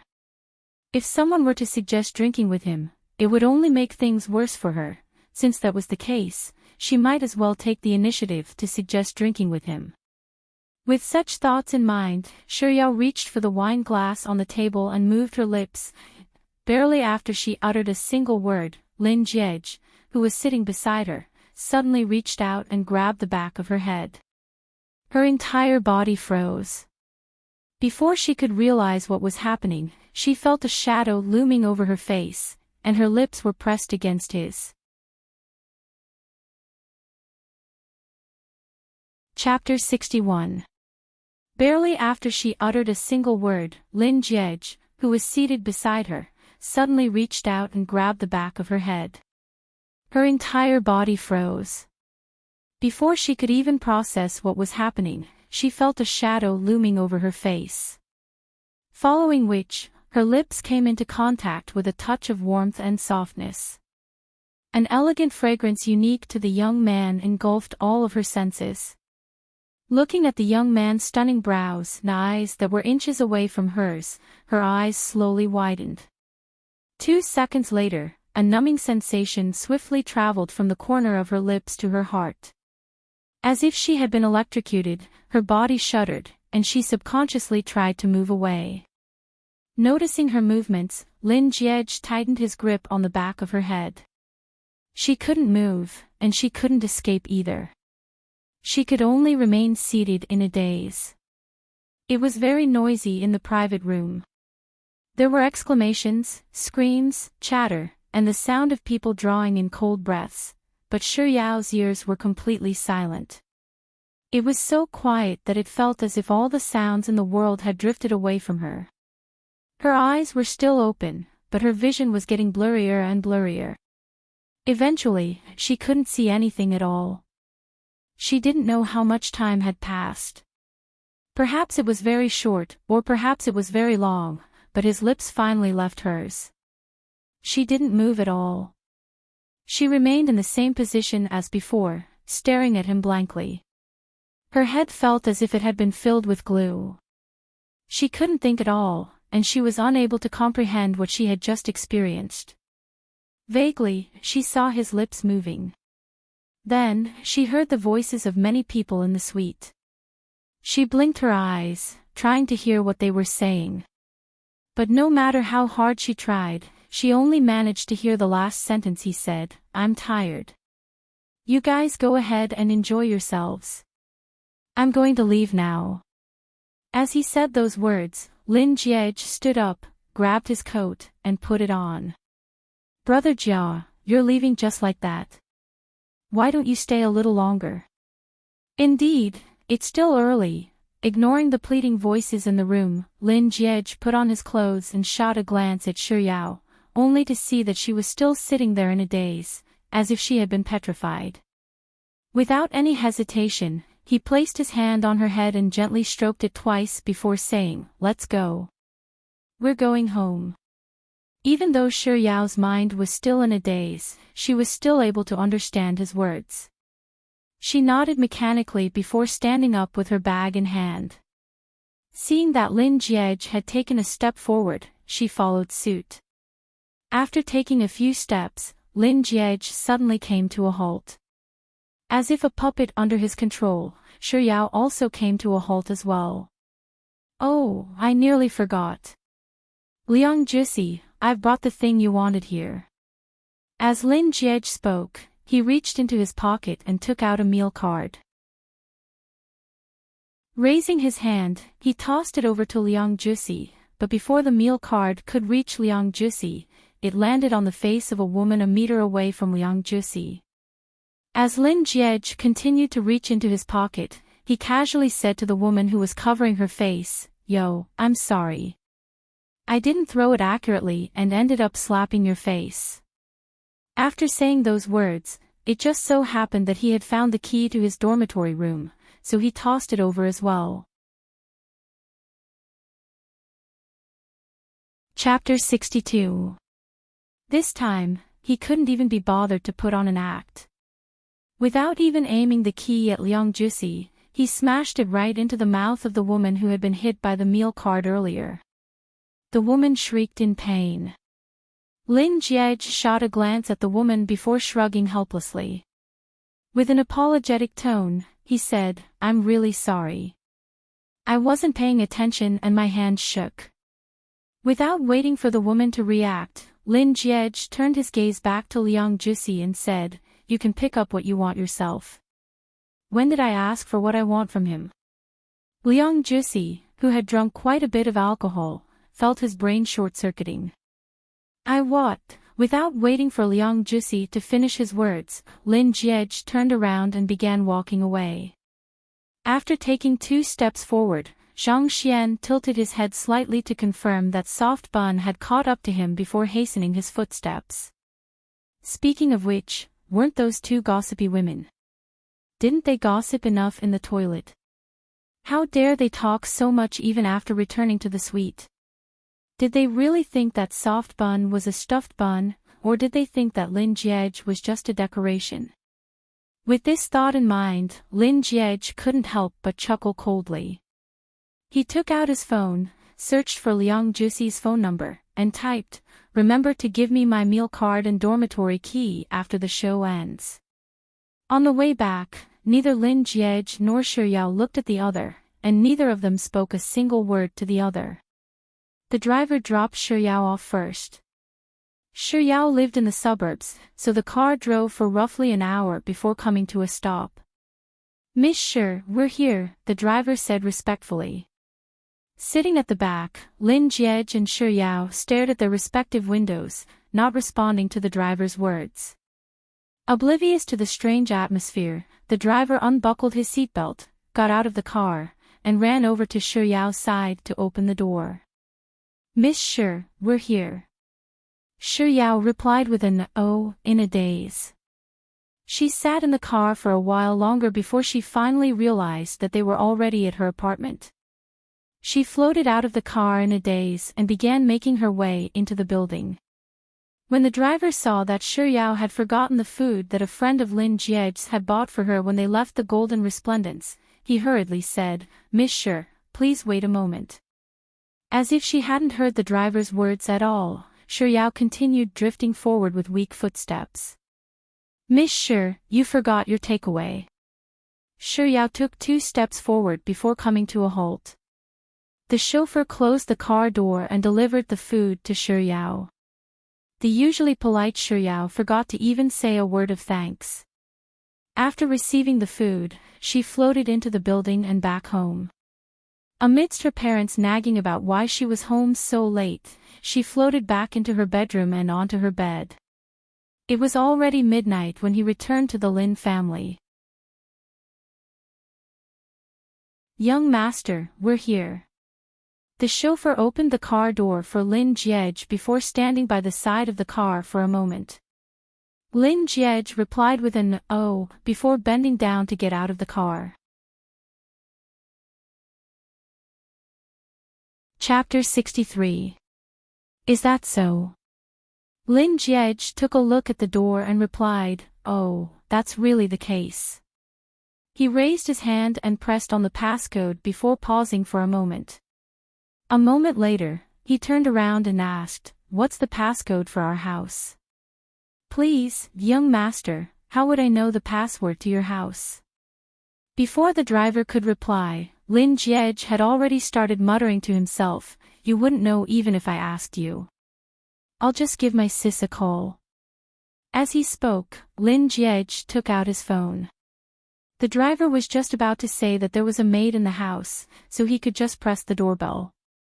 However, before he could finish his words, Lin Jiej's call was instantly picked up. "Sis, what's the passcode for our house?" 666666. As Lin Jiej spoke, he pressed on the passcode. With a "Gotcha," the door opened, and Lin Jiej spoke into the phone once more. "Who set such an idiotic passcode? A thief can just barge into our house without even thinking." "Who?" "Me. I said it. Why can't I remember?" After Lin Jiej entered the house, the driver scratched his head in confusion before returning to the car. Was it his imagination? Why did he feel that the young master and Miss Shi were acting a little weird after coming out of the golden resplendence? After Shi Yao was done bathing, she switched off the lights and lay on the bed. She closed her eyes and fell into a daze for 5 minutes before she suddenly raised her hand and placed it on her lips. She maintained this posture for roughly half a minute before she abruptly opened her eyes and widened them in shock. She actually kissed Lin Jiej. As this thought flashed across Shi Yao's mind, she hugged her blanket tightly and abruptly sat up. "Lin Jiej actually kissed me." In the next second, Shi Yao leaped up from the bed. Just because of a game at the Golden Resplendence, they actually kissed each other. Shi Yao leaped off the bed, and without even putting on her shoes, she stomped on the floor barefooted. She kissed Lin Jiej. She really kissed Lin Jiej. How did she end up kissing Lin Jiej? Shi Yao walked on a rampage for 10 whole minutes before she finally calmed down. After she had completely recovered, she lay back down on the bed. She was too energetic to fall asleep. She wasn't that close to him. He shouldn't have kissed her, right? Could it be that this group of people were all so open when playing games? In the past, had he done this with other girls because of games? Anyway, they were going to break off the engagement sooner or later. What happened to him had nothing to do with her. Shi Yao flipped her body around and faced the window. She stared at the dark night outside, and the scene of him kissing her suddenly flashed before her eyes. His lips were so soft, and his unique scent was mixed with a faint smell of alcohol. It smelled so good. The tip of his tongue was a little cold, but his lips were very hot. With such thoughts in mind, Shi Yao's face began to heat up, and a deep crimson blush crept up her cheeks. She raised her hand and rubbed her cheeks forcefully before pulling the blanket over her head. She shouldn't be bothered about the details of him kissing her, right? What she should be worried about was how they had kissed. Chapter 64. After Lin Jiej changed positions for the umpteenth time, he reached out and touched his lips. As he touched them, a smile that he didn't even notice curled up on his lips. He really didn't think that he would end up kissing her. This was a game that Liang Jusi and the others often played. He could even recite the rules of the game backwards. Over time, it went without saying that he had been targeted quite a few times. It wasn't as if he hadn't drawn the same card as the other girls and had to do something ambiguous. However, the reactions of those girls were different from Soft Bun's.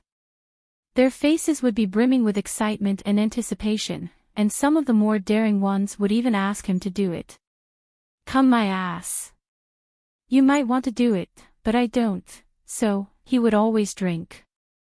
As time went by, his friends also came to understand him. As long as he was chosen, they would pour 10 glasses of wine in front of him without saying a word. Tonight, in the suite, Liang Jusi also had the intention to pour wine. But before he could do so, he had already pressed his lips against Soft Bun's.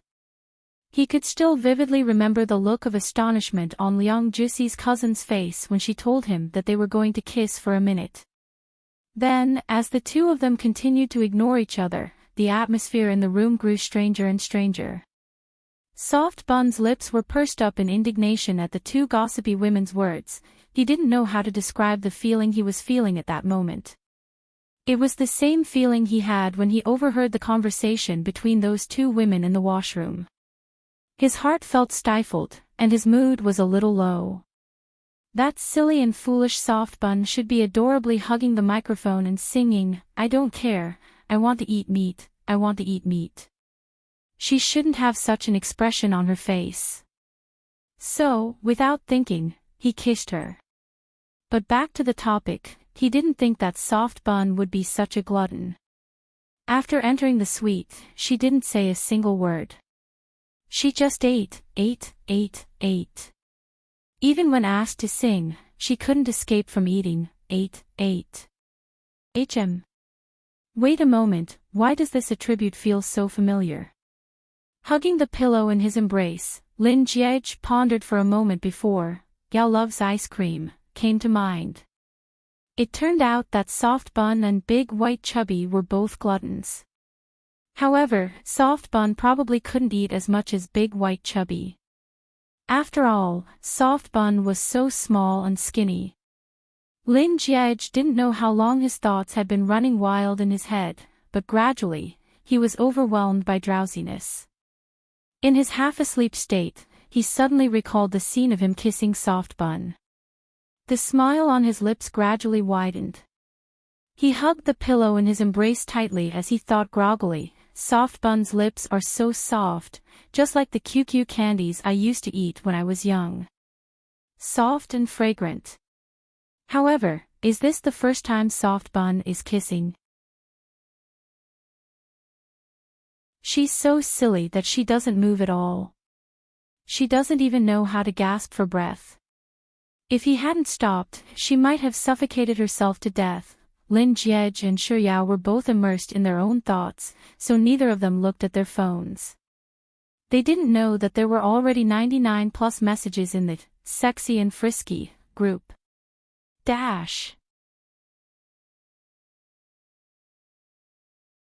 Chapter 65. At the very start, it was Expert of the Monkeys who spoke up in the group. "The cool breeze is trustworthy, and the boundless autumn moon is boundless. On such a beautiful night, is there anyone who wants to go on a killing spree in the desert map? Juice, you fool, it's spring right now. Where did the autumn moon come from? It's scary if you don't have common sense. Watch me, Juice, on this spring night, the moonlight is as calm and gentle as water, and my heart is as calm and gentle as water. So, is there anyone who is willing to accompany this young man on a killing spree in the desert map?" 3 minutes later. Expert of the Monkeys, No one is paying attention to us. Expert of the Monkeys, Yao loves ice cream. Expert of the Monkeys, less than 111,111. Another 3 minutes later. Juice, awkward silence, right? It's only effective if Daddy is here. After which, Juice, and Yao loves ice cream, followed. Juice, less than 111,111. 3 minutes later, another 3 minutes later. Tide, I'm not coming. I'm watching a movie with my girlfriend. Juice, screw you. It's everyone's responsibility to protect single dogs. Please watch your words. Expert of the monkeys, Juice, did anyone speak just now?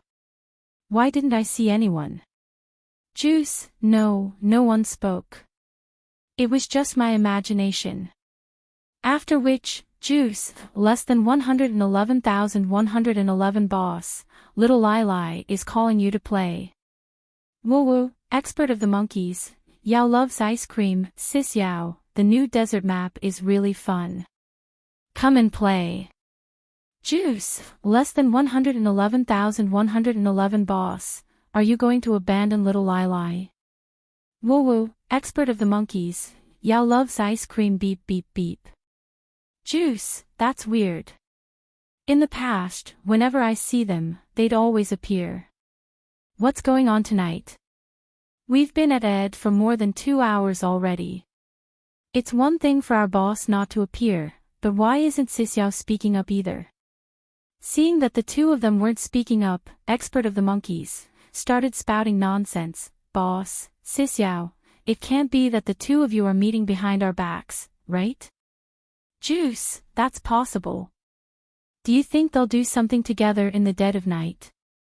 Wow, will the chastity that our boss has kept for so many years be lost just like that? Expert of the monkeys, scram. Don't make fun of my sis Yao. Juice, I want to open it, I want to open it. What can you do to me? After bickering with one another for quite a while, Juice finally spoke up. It's already 1 in the morning. It looks like boss and sis Yao won't be appearing. So, expert, on this spring night, when the moonlight is as calm and gentle as water, my heart is as calm and gentle as water as well. Are you willing to accompany me to roam the desert map? Expert of the monkeys, I'm willing to use my 98k to smash your head, Juice, and, expert of the monkeys, spent the entire night in the game, only going to bed at 9 in the morning. Shi Yao and Lin Jiej, who hadn't slept well the entire night, woke up at this moment. Chapter 66. Shi Yao scrolled through the messages one after another, cursing Juice and Expert for being such great actors. She sent a pained emoticon before hurrying to the washroom to finish her breakfast. She squeezed some toothpaste and brushed her teeth in front of the mirror. Suddenly, her movements froze, and her face flushed red. It had already been an entire night, so why couldn't she forget that surreal scene from last night? Shi Yao felt as if she was sleepwalking the entire day. She couldn't focus on anything she did. It was only when, expert of the monkeys, and, Juice, woke up and saw her playing in the group chat that she finally snapped out of her daze. On the second round of the game, Shi Yao suddenly realized that they were playing Squad 4, but there were only her, Juice, and, expert of the monkeys, in the room. 111,111, isn't around. Only then did Shi Yao realize that she hadn't received a reply to the message she had sent to Mr. Numbers in the hospital yesterday. But she had sent him 2 messages in a row. Mr. Numbers shouldn't have missed it, and he wasn't around when they were playing. Could he have been angered by the words she said before she fled the other day? Shi Yao wanted to ask Juice and Expert about it, but she felt that it would be too abrupt. After all, in their opinion, she and Mr. Numbers weren't as familiar with each other as she was with them. Shi Yao pondered for a moment before deciding to give up. The next day, at 9 p.m., Expert of the monkeys contacted Yao loves ice cream in the group chat as usual. 111,111 wasn't around, so the 3 of them were still playing Squad 4. On the third day, they started playing at 8:30 p.m., but 111,111 still didn't appear. The 4th day, the 5th day, the 6th day, on the 7th day, Shi Yao noticed that 111,111 had disappeared for an entire week, so she couldn't hold it in any longer. Just before the end of the day, she casually asked, "Why has it been only the 3 of us playing recently? Where's your dorm mate boss?" Expert of the monkeys immediately replied, "Our boss hasn't come to school this week. He's on leave." Juice sighed, and his tone was a little melancholic. "I really miss our boss. I haven't had a chance to eat any delicacies while he's away." Expert of the monkeys sighed as well and said faintly, "Me too."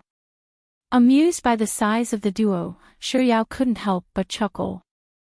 So, the reason why Mr. Numbers wasn't playing was because he had something to attend to, not because he was angry at her. With such thoughts in mind, Yao felt much more at ease. The next day was the weekend again. However, this weekend held great significance to Yao. Because today was March 5th, the day her idol, Legend, was having a friendly match in Beijing. She had already bought the tickets online the day after she heard the news, so she took the subway to the competition venue after lunch that afternoon.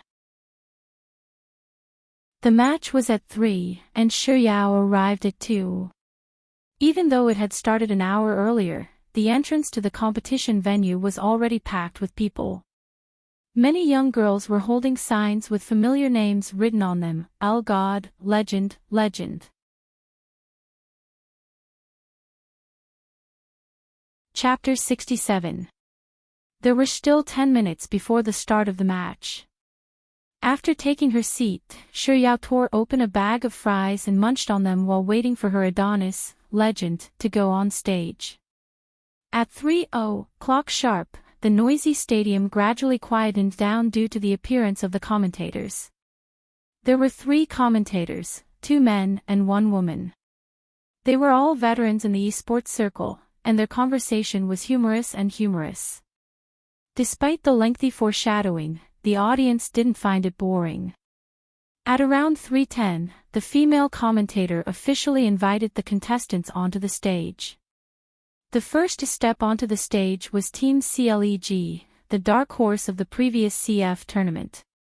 They had won quite a few fans, and as one of the male commentators introduced the members of Team CLEG, there were quite a few screams in the stadium. After the 5 members of Team CLEG went on stage, it was AE Team's turn. Before Legend could even step onto the stage, just the name of the team was already enough to stir the atmosphere in the stadium. The last to step onto the stage was Legend. Before the commentator could announce the name that everyone in the stadium knew, his voice was already drowned out by the deafening screams coming from all directions. Even Yao was so excited that she nearly leaped up when she saw Legend, who was dressed in a black suit, a baseball cap, and a face mask, stepping onto the stage. She had bought her ticket late, so she was only able to get an ordinary seat. It was a distance away from the stage, but she could clearly see that Legend was taller than the other contestants by half a head. Even though he had concealed himself well, Yao could still sense that he had an outstanding disposition. Soon, the match began. After the 10 contestants took their seats, they adjusted their equipment while chatting with their coaches. As this was a friendly match, the outcome of the match didn't matter. Every single contestant had a relaxed expression on their faces. Even though the audience couldn't hear what they were talking about, they could see that they were chatting happily through the big screen. Legend was the only one who didn't show much of a reaction, leaning back in his chair as if the people around him didn't exist. The match went on for 3 rounds, and most of the matches were performances. Even so, the audience couldn't help but feel their blood boiling with excitement. Especially in the last match, Legend's teammates were all wiped out. He was the only one left to face off against the 3 members of the CLEG team. Just when everyone thought that it was impossible for him to win, he completed 3 consecutive kills. In that instant, the usually reserved Yao shouted Legend's name just like the others around her. In the face of victory, Legend seemed to be used to it. He removed his headphones, stood up, and quietly walked to the center of the stage with his teammates. After shaking hands with his opponent, he bowed to the audience and left the stage. Having come into contact with her Adonis at such a close distance, Xiuyao couldn't help but feel excited for quite a while before she finally calmed down. After leaving the competition venue, she didn't rush to leave with the crowd. Instead, she went to the washroom first. After coming out, Xiuyao washed her hands, and as soon as she walked to the entrance of the washroom, she saw a familiar figure leisurely making his way toward the washroom.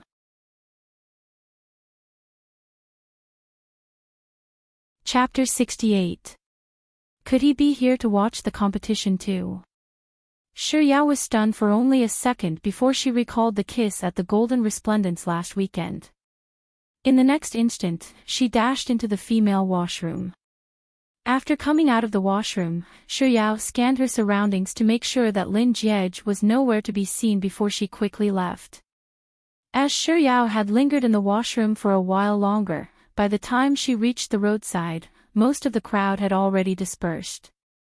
There was a direct bus from here to the school. Xiuyao was just about to head to the bus stop to wait when someone called her name from behind. Xiuyao. Xiuyao turned around and saw Han Jing walking over to her. In Ji University, Han Jing could be considered as one of Xiuyao's closest classmates. He was from the same hometown as He Tian, and it was through He Tian that they got to know each other.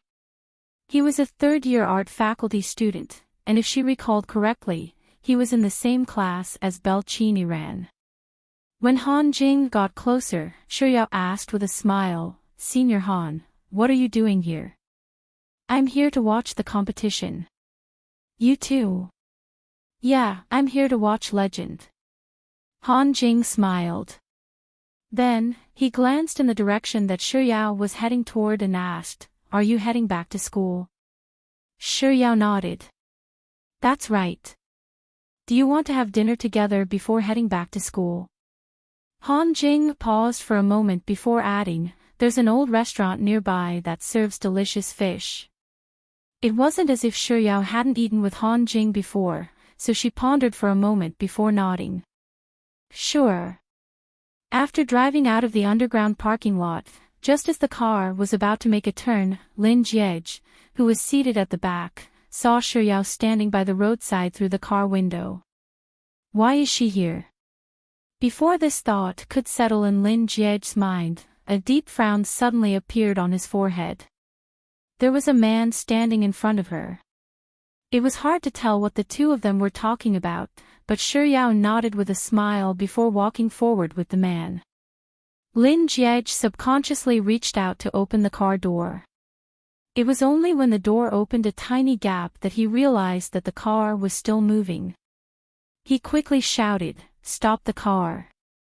"What's wrong?" After the car came to a stop, Lin Jiege ignored the questioning from the passengers and said, "You guys can leave first." After which, he got out of the car and rushed off in the direction that Xiuyao had left in. Xiuyao and the young man came to a fish restaurant. The decor inside was very stylish. Between each table, there were tall green plants as a barrier. Although it was not as soundproof as a private room, it still gave the diners some privacy and a sense of freedom.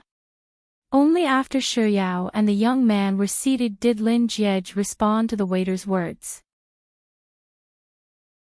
After which, under the waiter's lead, he chose the table behind Xiuyao and sat down. His ears had been sharp since he was young. Even though the two people behind him didn't speak loudly, he could still hear them clearly. When the waiter brought the menu over, he didn't even glance at it before repeating Xiuyao's order. In this restaurant, the dishes were served quickly. Lin Jiege tore off the packaging on his chopsticks, and just as he was about to pick up some food, he heard the young man behind him say, "Xiuyao, there are bones in this fish. Be careful when you eat it." Lin Jiege instinctively turned his head around, but all he saw were lush green leaves.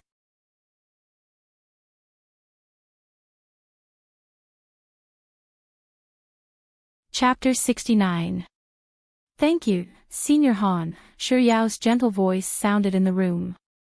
Only then did Lin Jiege calm down, and he slowly turned his head around. Senior Han. It seems like the relationship between the two of them isn't that bad. Most likely, it's just a meal between classmates. With this thought in mind, Lin Jiej raised his hand to pick up more food. Just as his chopsticks were about to pick up a piece of fish, the man whom Shi Yao had addressed as Senior Han spoke up once more. Shi Yao, have some of this fish. I've already picked out the bones. Lin Jiej's body jolted, and the fish slipped from his chopsticks back onto the plate. A drop of fish juice splattered onto his white shirt. As a germaphobe, he didn't immediately pull out a napkin to wipe his shirt. Instead, he turned around to look at the lush green leaves behind him. Are you two very close? Didn't you hear me calling you Senior Han? How in the world did you manage to pick out the bones for someone else with such a polite greeting? As Lin Jiej grumbled in his mind, he craned his neck to look at Han Yao. However, all he could see was a sea of green leaves. Lin Jiej, who was still rejoicing over the lush green when he entered the dining hall, was now filled with disdain. What kind of lousy design is this? Aren't you afraid of attracting mosquitoes by putting so many lush green? Just as Lin Jiej was about to stand up, Shi Yao swallowed the food in her mouth and said, "Thank you, Senior Han. You don't have to worry about me. I can eat by myself." That's right, Soft Bun is already 19. She's not a 3-year-old baby, so why do I need you to worry about me? Hearing Shi Yao's nonchalant tone, Lin Jiej calmed down once more. Senior Han, you should eat too. Otherwise, it won't taste good when it gets cold, Shi Yao spoke up once more. This time, Lin Jiej didn't turn around. Instead, he started poking at the fish on the plate with his chopsticks. If it doesn't taste good when it gets cold, then don't eat it. It had been a long time since a conversation broke out. It seems like they aren't that familiar with each other, to be able to cause such an awkward silence. Lin Jiej leisurely picked up a piece of fish that he had poked and stuffed it into his mouth. But before the fish could reach his mouth, Senior Han spoke up once more. Shi Yao, I have something to say to you. There's something wrong with his tone. Lin Jiej stopped eating the fish and pricked up his ears to listen. Shi Yao's mind was completely focused on the fish, so she didn't notice that there was something wrong with Han Jing's tone. She nodded and replied vaguely, Senior Han, feel free to speak. Han Jing stared at Shi Yao, whose cheeks were puffed up from stuffing too much food into her mouth, and he gulped nervously. He had fallen in love with He Tian Tian ever since He Tian Tian enrolled in the university and saw her in her dormitory. More than half a year had passed, but he still didn't dare to confess. He had inadvertently learned from He Tian Tian that she would be watching the tournament this weekend, and even though he wasn't interested in the tournament, he bought a ticket and tagged along. He didn't actually want to confess, but when he saw how cute she looked while eating, he suddenly had an urge. And this urge, in his heart, was expanding endlessly. Han Jing closed his eyes and took in a deep breath. When he opened his eyes once more, his expression was much more serious than before. Even his tone had turned solemn. Shi Yao, I like you. Can you be my girlfriend?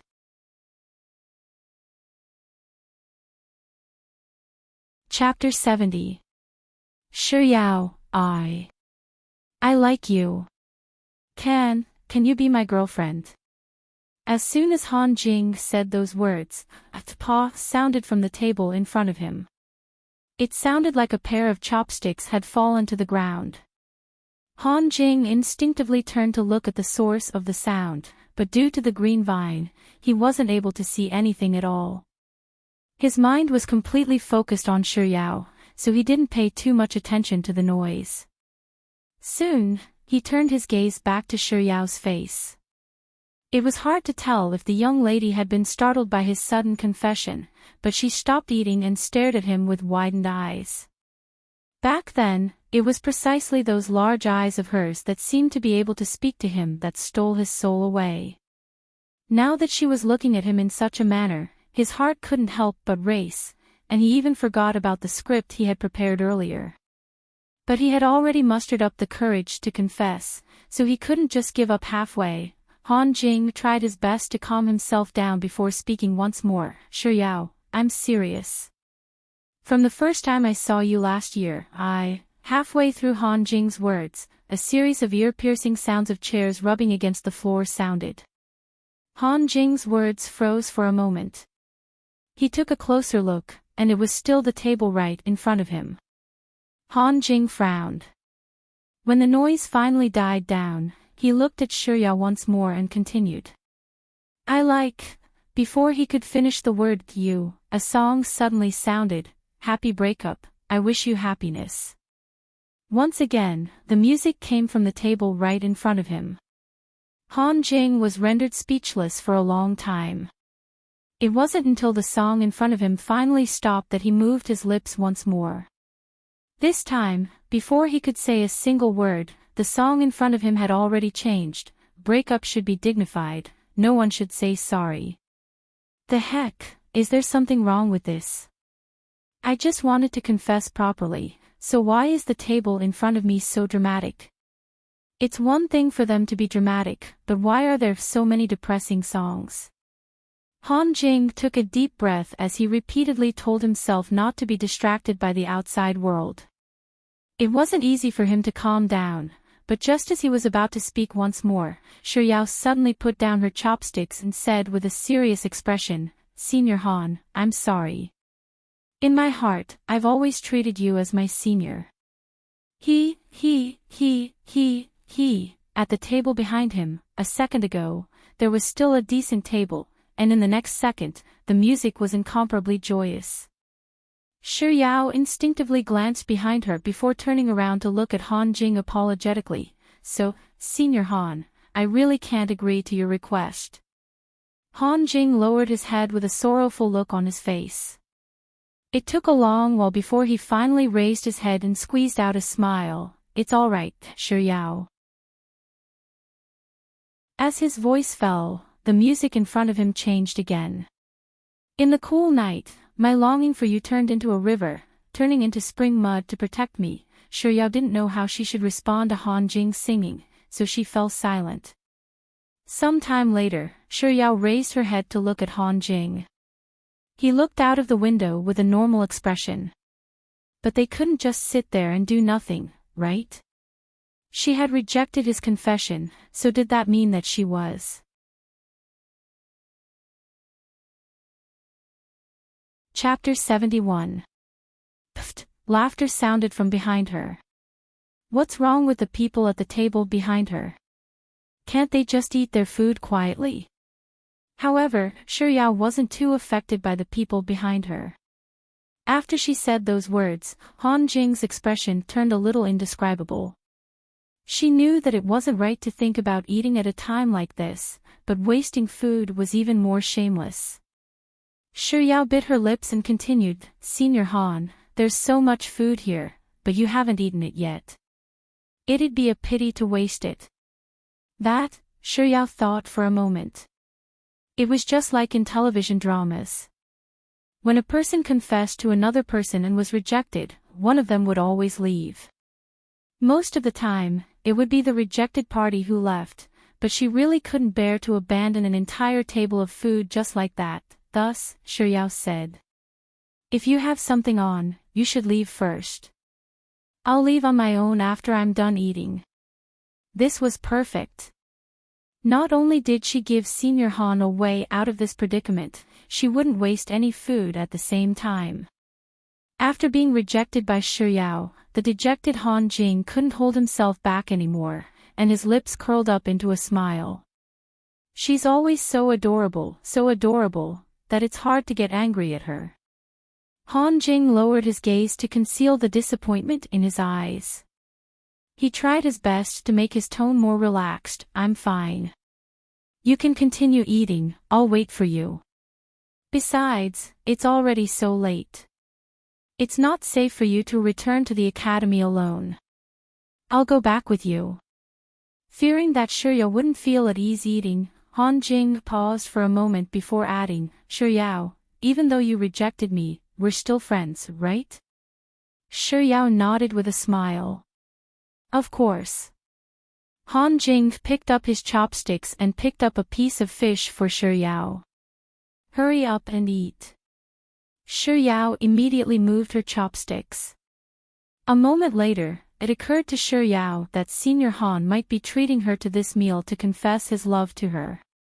Since she had already rejected him, there was no reason for her to freeload off his food anymore. Thus, she raised her eyes to look at Han Jing, who was barely moving his chopsticks, and said, Senior Han, you should eat too. I'll pay the bill for today. Halfway through the meal, Shi Yao's phone suddenly rang. As she took out her phone, she didn't forget to stuff a piece of fish into her mouth. Shi Yao took a look at the screen and saw that she had received a message. Tapping on it, her chewing came to a halt. It was actually Lin Jiej who had sent her a message. Shi Yao hesitated for a second before tapping on Lin Jiej's name. Grandpa suddenly felt very unwell and kept calling your name. He really wants to see you now. So, it's Grandpa Lin. That's why he contacted me. Shi Yao swiftly typed, how's Grandpa Lin doing? Lin Jiej was probably playing with his phone at the moment, so he replied to her message almost instantaneously. However, he didn't answer her question. Instead, he sent her a question, where are you at the moment?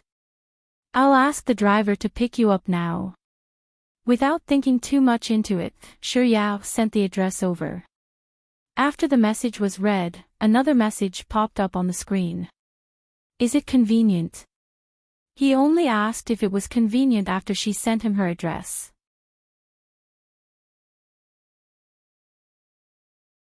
Chapter 72. After that, Lin Jiej didn't respond to her message anymore. Shi Yao put down her phone and continued eating. At the same time, she said to Han Jing apologetically, Senior Han, I'm sorry, but I might not be able to return to school with you later. I just received a message. A grandfather who treats me very well has suddenly fallen gravely ill, and he really wants to meet me. So, I'll be heading to the hospital to visit him later. I see. Even though Han Jing's confession had been rejected, he didn't give up just because of that. So, he quickly added. I'll call a car to take you to the hospital later. Saying so, he asked, which hospital? There's no need for that. My grandfather has already sent someone to pick me up, Shi Yao hurriedly replied. After which, she added, thank you, Senior Han. Han Jing smiled. Shi Yao, there's no need for you to stand on ceremony with me. Ha, of course I'm going to stand on ceremony with you.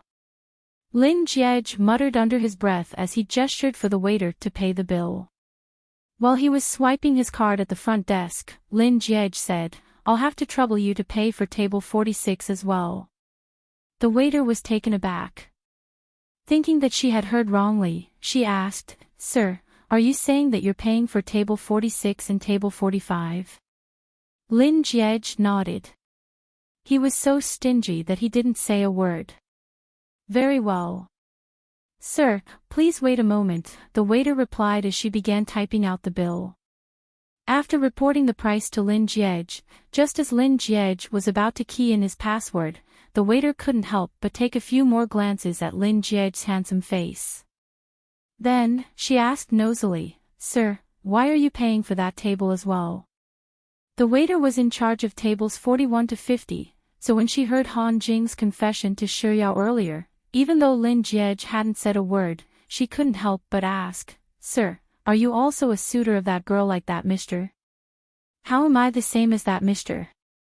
I've already had a status even before I was born. That mister. Lin Jiej still didn't say a word, but the force he used to sign the bill had clearly increased. Because he was in a bad mood, after signing the bill, he put down the pen and walked towards the door. After taking 2 steps, he seemed to have thought of something and retreated. He said to the waiter who was in charge of paying for him, Oh right, just tell them that the bill has been paid. Don't say too many irrelevant things. Although the waiter nodded in agreement, he still blurted out, "Why?" Lin Jiej didn't respond. As he turned around to leave, he thought in his mind, "Why?" The reason was simple. If you wanted to court Soft Bun, you'd have to wait and see whether he would allow it or not. As long as he didn't allow it, he wouldn't even give you the chance to foot the bill. "Sir, miss, the bill for your table has already been paid." While Shi Yao and Han Jing were fighting to be the first to pay the bill, the attendant spoke up with a smile. The two of them were puzzled for a long time before they left the restaurant. The Lin family's chauffeur had already arrived, so Shi Yao and Han Jing parted at the entrance of the restaurant. The car drove along the night streets of Beijing, and roughly 20 minutes later, the chauffeur's phone rang. It was hard to tell who was calling, but the chauffeur replied with a few respectful before hanging up. Then, he turned to Shi Yao and said politely, "Miss Shi, Auntie's son just called to inform you that Grandpa Lin has already gone to bed, so there's no need for you to head to the hospital at such a late hour. She instructed me to send you back to school."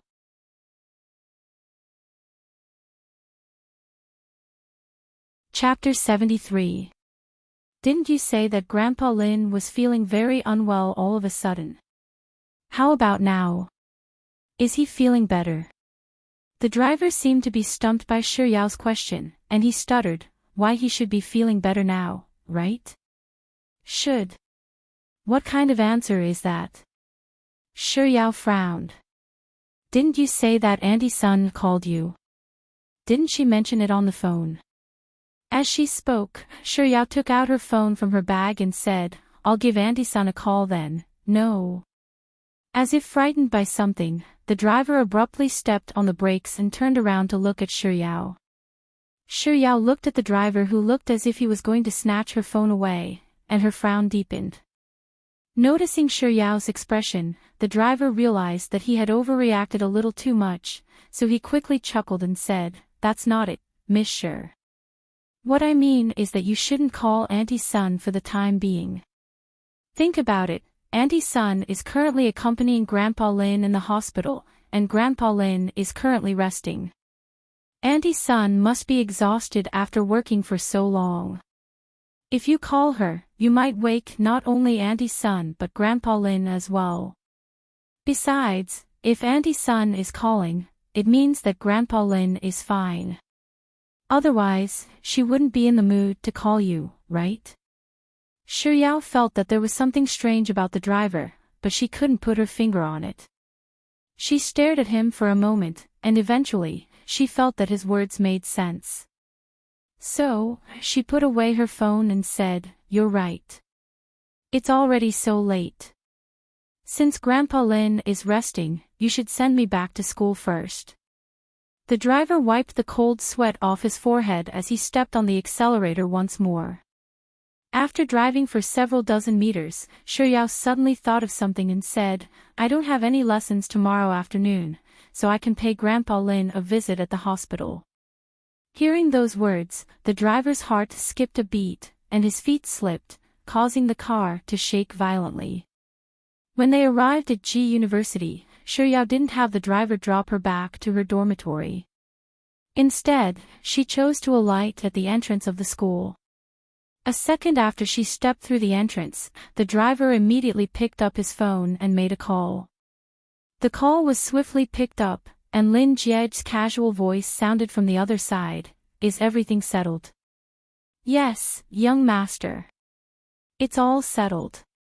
Before the driver could finish his words, Lin Jiej had already hung up on him. The driver called again, but the number he dialed was not in the service area. The driver tried 3 times, but to no avail. In the end, he gave up and drove away.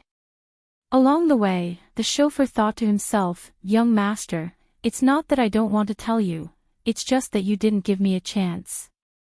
Miss Shi said that she's going to the hospital tomorrow, and if she were to meet Grandpa Lin and Auntie's son, your lies today would be exposed.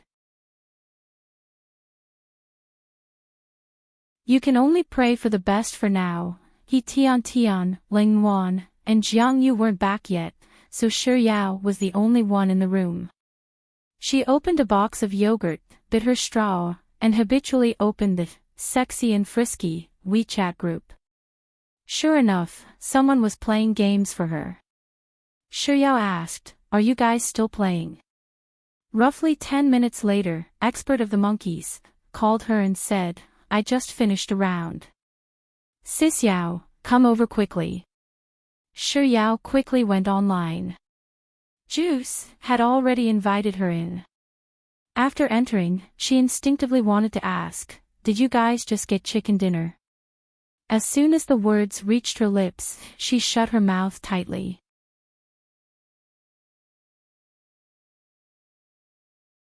Chapter 74. In an instant, Shi Yao recalled the words she had said to 111,111 when they parted on bad terms a week ago, and her face couldn't help but heat up a little. Fortunately, they were separated by a phone. Even though it was awkward, the other party didn't know about it, so the atmosphere wasn't too awkward. Juice was the owner of the room. As soon as Shi Yao entered the room, he started the game. Expert of the Monkeys was a typical chatterbox, chattering away endlessly.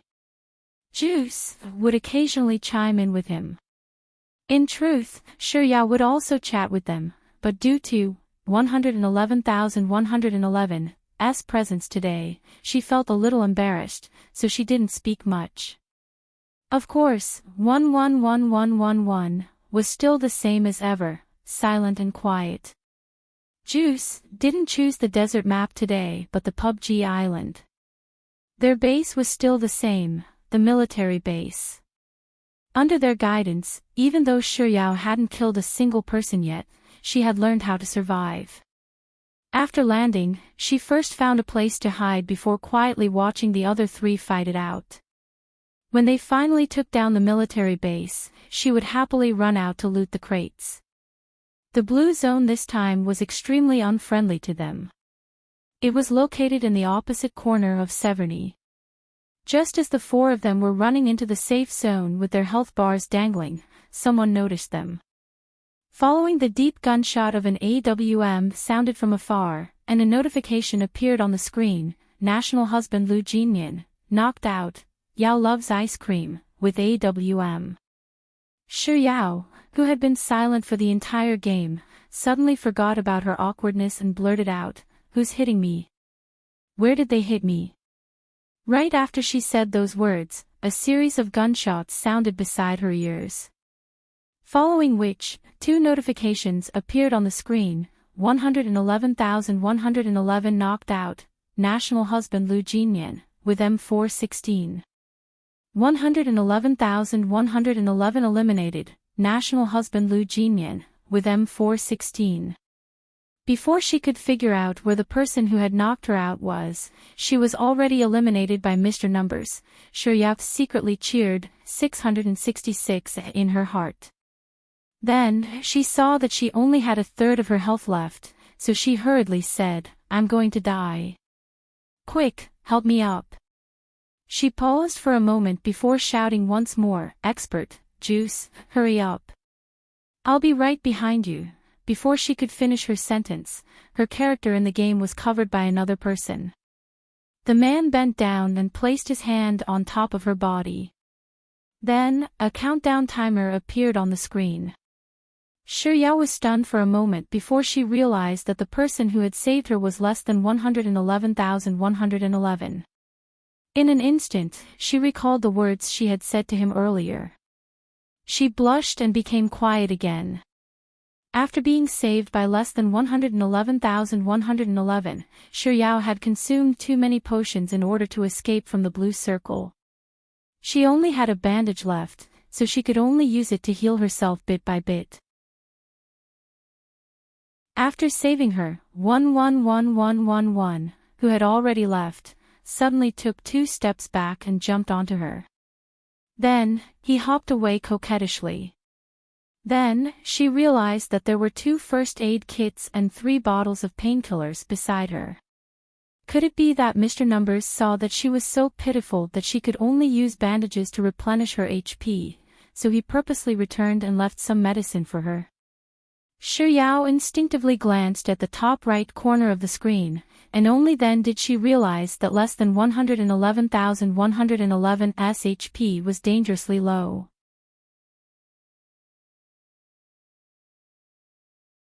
Chapter 75.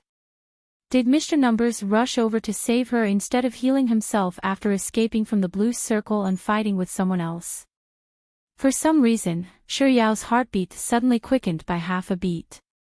Then, she noticed that 111,111's health bar was rising bit by bit. She was stunned for 2 seconds before she realized that less than 111,111 was using bandages to heal himself. So, just now, he gave her his only first aid kit and painkillers, and only kept the bandages for himself. As this realization flashed across Shi Yao's mind, her heart, which had already quickened by half a beat, quickened once more. In this game, because 11111 didn't have any potions and entered the final circle, he couldn't loot as he pleased. So when he fought with others, he died early. As a result, they didn't get the chicken dinner and ended up in 3rd place. Returning to the main hall, Juice didn't start the game immediately. Instead, he said, "Sis Yao, Expert, and I are going to take a cab back to school. You can play with Boss for a while. We'll join you guys once we reach school. Yao loves ice cream, you guys aren't in school." Expert of the monkeys, "Yeah, we're eating hot pot outside." Wasn't Mr. Numbers his roommate? Why wasn't he eating with them? Shi Yao was curious, but she didn't ask about it. Instead, she said, "All right then, we'll play later." After Expert of the Monkeys and Juice left the room, less than 111,111 immediately started the game. As they were playing Squad 4 earlier, less than 111,111 didn't switch to Duo, and he didn't cancel the matchmaking option either. Thus, other than Shi Yao and less than 111,111, he was matched with 2 other players as well. Shi Yao and less than 111,111 didn't say a word, but the 2 players were talking to each other. They were both men, and from their conversation, Shi Yao could tell that they knew each other in real life. Entering the map, Shi Yao flew around the plane for a while, and seeing that no one had marked their landing spot, she asked out of habit, "Where are we landing?" Player 1 teammate, HM. Player 4 is actually a girl. Player 2 teammate, judging from her voice, she doesn't look too old. Player 1 teammate, she sounds like a student. Number 2's teammate, Beauty, are you a high school student or a university student? Back then, when Shi Yao was first matched with Expert, Juice, and Mr. Numbers, it wasn't that she didn't try to chat with them, but the tone of these 2 strangers, when compared to Juice and Expert, made her feel inexplicably uncomfortable. She said nothing. 11111 didn't say anything, but he pointed at Pochinki with his finger. Shi Yao's silence didn't stop the 2 passers-by from chatting with her. Number 2 teammate, hey pretty, why aren't you talking? Why don't you chat with me for a while? Player 1, yeah, pretty girl, do you want me to play with you later? Teammate number 1, by the way, pretty girl, do you have a boyfriend? Number 2 teammate, if not, little beauty, do you accept an online relationship? Do you want to consider one of us? Teammate number 1, it's okay, if you want both, we don't mind.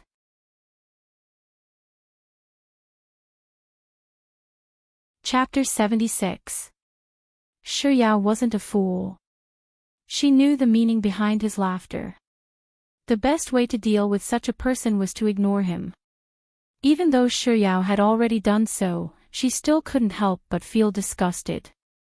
After landing on the ground, Shi Yao ignored her 2 teammates and followed closely behind 11111. She would head to whichever room he went to pick up the items he didn't want. She had played duo with him before. In the beginning, out of a sense of security, she followed closely behind him too. Unfortunately, his movements were simply too flamboyant. He would either climb over walls or jump through windows. Sometimes, he would even climb up to the roof. She couldn't keep up with him at all, so she could only give up in the end. But this time, perhaps because he wasn't paying enough attention to the game, his movements were very ordinary. In fact, he would even pause from time to time, allowing her to keep up with him. Xiao thought that by doing so, she and her two teammates would mind their own business and play their own games. But reality proved that there were too many boring people in the world, and she thought too highly of them. The two passerby's teammates actually took the initiative to run over and circle around Xiao. Teammate number 2, little beauty, your breasts are really big. They're probably around 36D. Are they that big in real life too? Teammate number 1, beauty, not only are your breasts big, your butt is perky too. It's really pretty. Xiao frowned as she took 2 steps back in disgust. Just as she was about to jump out of the window and leave, 111111, who had just finished picking up the equipment in the room, walked over and stood in front of her, separating her from her 2 teammates. Hey, number 3, you're blocking our view of the beauty's figure. Can you move aside? Less than 111,111 acted as if the two of them didn't exist at all as he turned to Xiao and said, the airdrop is 60 kilometers north. Let's go and collect it.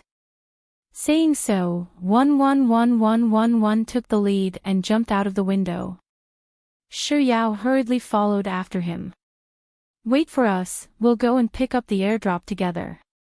On the way to find a car, the 2 teammates didn't forget to tease Xiao. Teammate number 2, beauty, you haven't replied to us yet. Do you have a boyfriend or not? Xiao feigned ignorance. 111111 entered the garage and drove a car out. Player 1's teammate, or, beauty, let me ask you, have you ever slept with a man? But before he could finish his words, less than 111,111's car had already sped past Xiao's eyes and crashed into passerby number 1's teammate. Number 2's teammate, F*CK, bro, do you know how to drive? Before he could finish his sentence, 111111 suddenly made a sharp turn and sent number 2's teammate flying. Then, he ran over number 2's body. Player 1's teammate, damn, player 3, are you blind? Number 2's teammate, damn it, number 3, you're poisonous. 111111 turned a deaf ear to their words. He stepped on the brakes, jumped out of the car, and helped the 2 people who had been killed by him get up one by one. Then, he jumped back into the car. While the 2 people were cursing and healing themselves, he stepped on the accelerator again and killed both of them at the same time. F*CK, the 2 teammates cursed even more furiously than before. As if he hadn't heard them at all, 111,111 got out of the car once more and helped the 2 people get up. Then, he got back into the car once more and ran over another 2 people. Ha, is the girl I'm with someone whom you can tease? Lin Jiej sneered coldly as he repeatedly rescued and ran over his 2 teammates.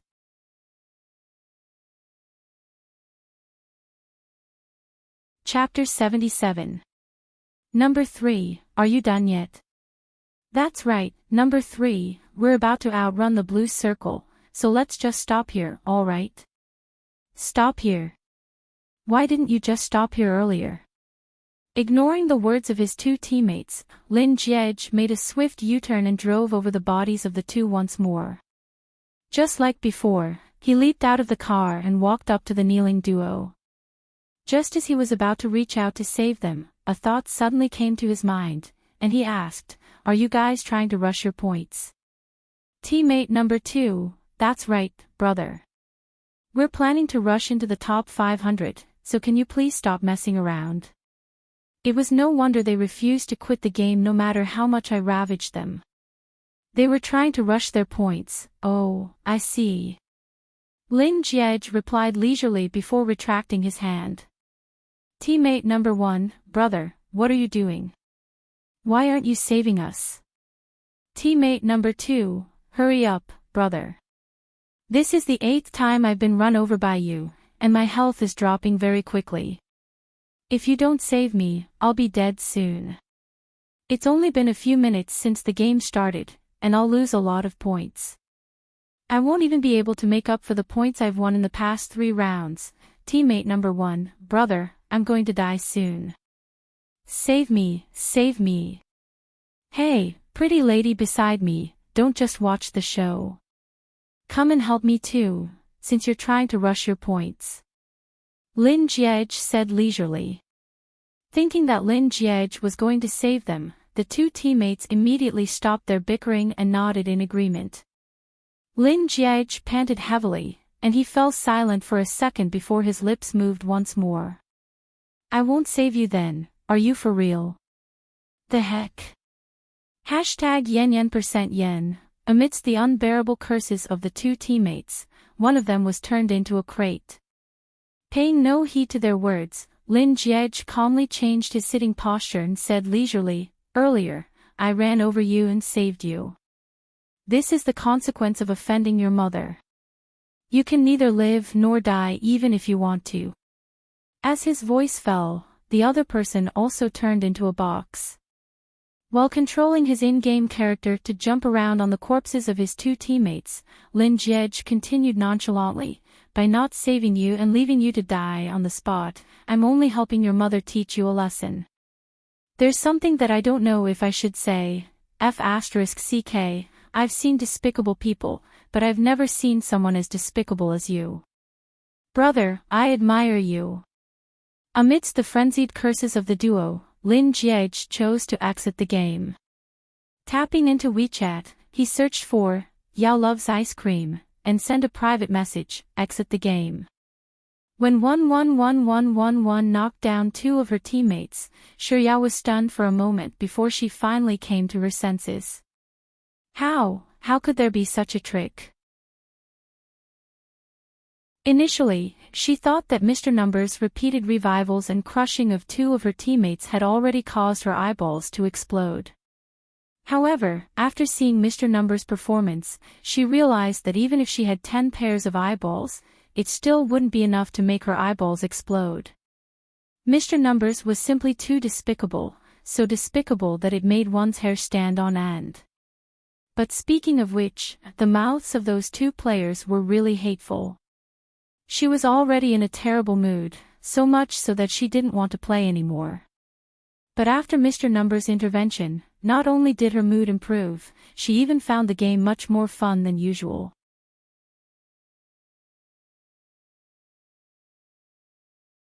Chapter 78. It must be said that Mr. Number's mouth was truly venomous. The consequences of offending your mother, isn't he indirectly saying that I'm the mother of those 2 passerby teammates? Even though she disliked those 2 passerby teammates, she didn't really mind if she could take advantage of them. With such thoughts in mind, Yao's lips couldn't help but curl up into a smile. Then, the phone in her hand suddenly vibrated, startling her so much that she nearly dropped it. Snapping out of her thoughts, Yao tapped into WeChat, and the first thing she saw was a message from less than 111,111, quit the game. Yao replied with an, oh, before adding a, alright, before returning to the game and returning to the main hall. Seeing that less than 111,111 wasn't going to start the game, she switched back to WeChat and sent a message, I'm back in the main hall. Less than 111,111 didn't reply, so she switched back to the game. Seeing that less than 111,111 hadn't started the game yet, she returned to WeChat and sent another message, you're not going to play anymore. Just as Yao was thinking that Mr. Numbers might ignore her, she should send another message saying, I'll be going off to play by myself. Just as she was about to leave the room, a message suddenly popped up on her screen. Less than 111,111, those 2 later. Shi Yao knew that those two were referring to Juice and Expert. She casually chose an OK emoticon and sent it over. Less than 111,111 was still as aloof as ever, and he didn't respond to her at all. Shi Yao casually grabbed a bag of plums from the table, tore open the bag, and stuffed one into her mouth. As she ate, she pondered for a moment before sending another message to less than 111,111, "Thank you for what happened in the game earlier." Perhaps it was because Mr. Numbers was bored, he replied swiftly, "There's no need to thank me. I just can't stand those two's cheap mouths. It has nothing to do with you." In other words, he would have done the same even if it was someone else in his place. Alright, it does seem like any normal person would have stepped in to help in such a situation. But, surely the god doesn't have to be so cold with his words. How am I supposed to reply to him? Shi Yao stuffed 3 plums into her mouth before she started typing. "Even so, I still have to thank you." Shi Yao added a cute emoji before adding, "Speaking of which, your driving sure is smooth. Even though those two were trying to dodge, you were still able to hit them accurately, slip away. Girl, are you sure you're complimenting me? This is basic, okay?" Lin Jiej was speechless for a moment before he finally moved his finger and said, "That's true. For someone like you who only knows how to play a low-end game, it's indeed quite smooth." After sending the message, Lin Jiej, who had been sitting down for too long, stood up and rubbed his neck. As he rubbed it, he stopped. If Big White Chubby hadn't thanked him, he probably wouldn't have realized that he had helped her in the game. In fact, even if it was a girl he didn't know in the game, he would still lend a helping hand. The reason was simple. He couldn't stand the sight of people using the internet to hurt others without knowing each other. However, it seemed like he had gone a little overboard. Just like last week at Golden Resplendence, when he saw the aggrieved look on Soft Bun's face, he couldn't help but kiss her. This was really weird. Big White Chubby and Soft Bun were clearly two different people, so why did he always have the same impulse to do things that even he found inconceivable? P.S. Good Jolin, I know, but I'm not telling you. I can only say that no matter how arrogant you are, be it in or out of the game, you won't be able to escape my Yao Yao's grasp.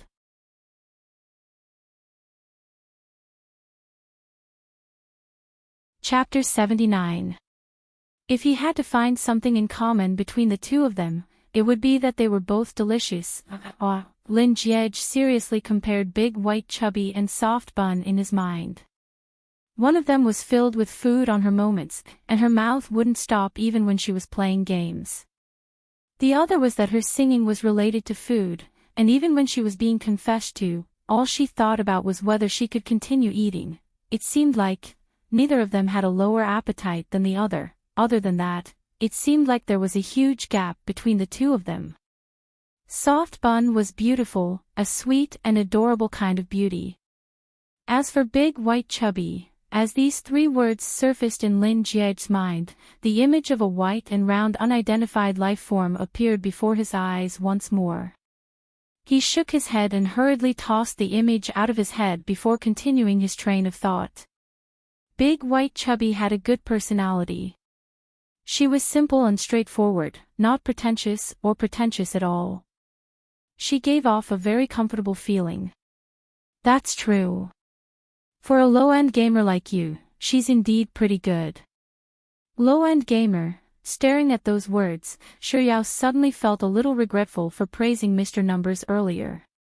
This doesn't seem like the first time I've been choked to death by him. It's no wonder he's such a reticent person. If he were to open his mouth, wouldn't everyone just ignore him? Shi Yao chose to remain silent and focused on eating her plums. After finishing the bag of plums swiftly, she recalled that she had sent a message to 111,111 not too long ago, but he hadn't replied to it. Now that he was talking to her, she should make use of this opportunity to apologize to him and let bygones be bygones, lest she felt uneasy about it, with this thought in mind, Shreya picked up her phone and began recalling the script she had prepared a week ago. There's something that I have to explain to you. I didn't mean to say those words to you last week. I said those words in a moment of desperation. But no matter what, it was wrong of me to say those words to you, so I'm sorry. Lin Jiej, who was still immersed in his own thoughts, was jolted out of his reverie by a notification from his WeChat. He took a look at Yao loves ice cream's message, and he was stunned for a moment before realizing that she was referring to the time when she called him an old virgin last week. Lin Jiej's expression suddenly turned a little unnatural. Actually, when he received her message in his grandfather's ward last week, he had wanted to reply. However, when he thought of what she had said to him, he felt a little embarrassed. In the end, he deleted the typed words one by one and chose to ignore them. It had already been a week, and he had thought that no one would bring up the matter anymore. Who would have thought? Big White Chubby was such a persistent person. However, since a girl apologized so generously, there was no reason for him to be petty. Lin Jiej swiftly tapped on the screen. It's all in the past. I've long forgotten about it. Upon seeing 111,111's message, Shreya's heart finally calmed down. However, there was no woman in the world who would like others to call her a fatty, not to mention, a fatty who couldn't even climb onto a bed. Thus, after hesitating for a moment, Shreya still decided to earnestly explain to less than 111,111, "You're tuning in to the LoveLore Library YouTube channel. We're so grateful for your support, and don't forget to subscribe to join us on this incredible journey through captivating stories. Your generosity through donations truly makes a world of difference, as it's the primary source of revenue that allows me to expand and enhance this channel for you. Thank you from the bottom of my heart for being a part of this adventure."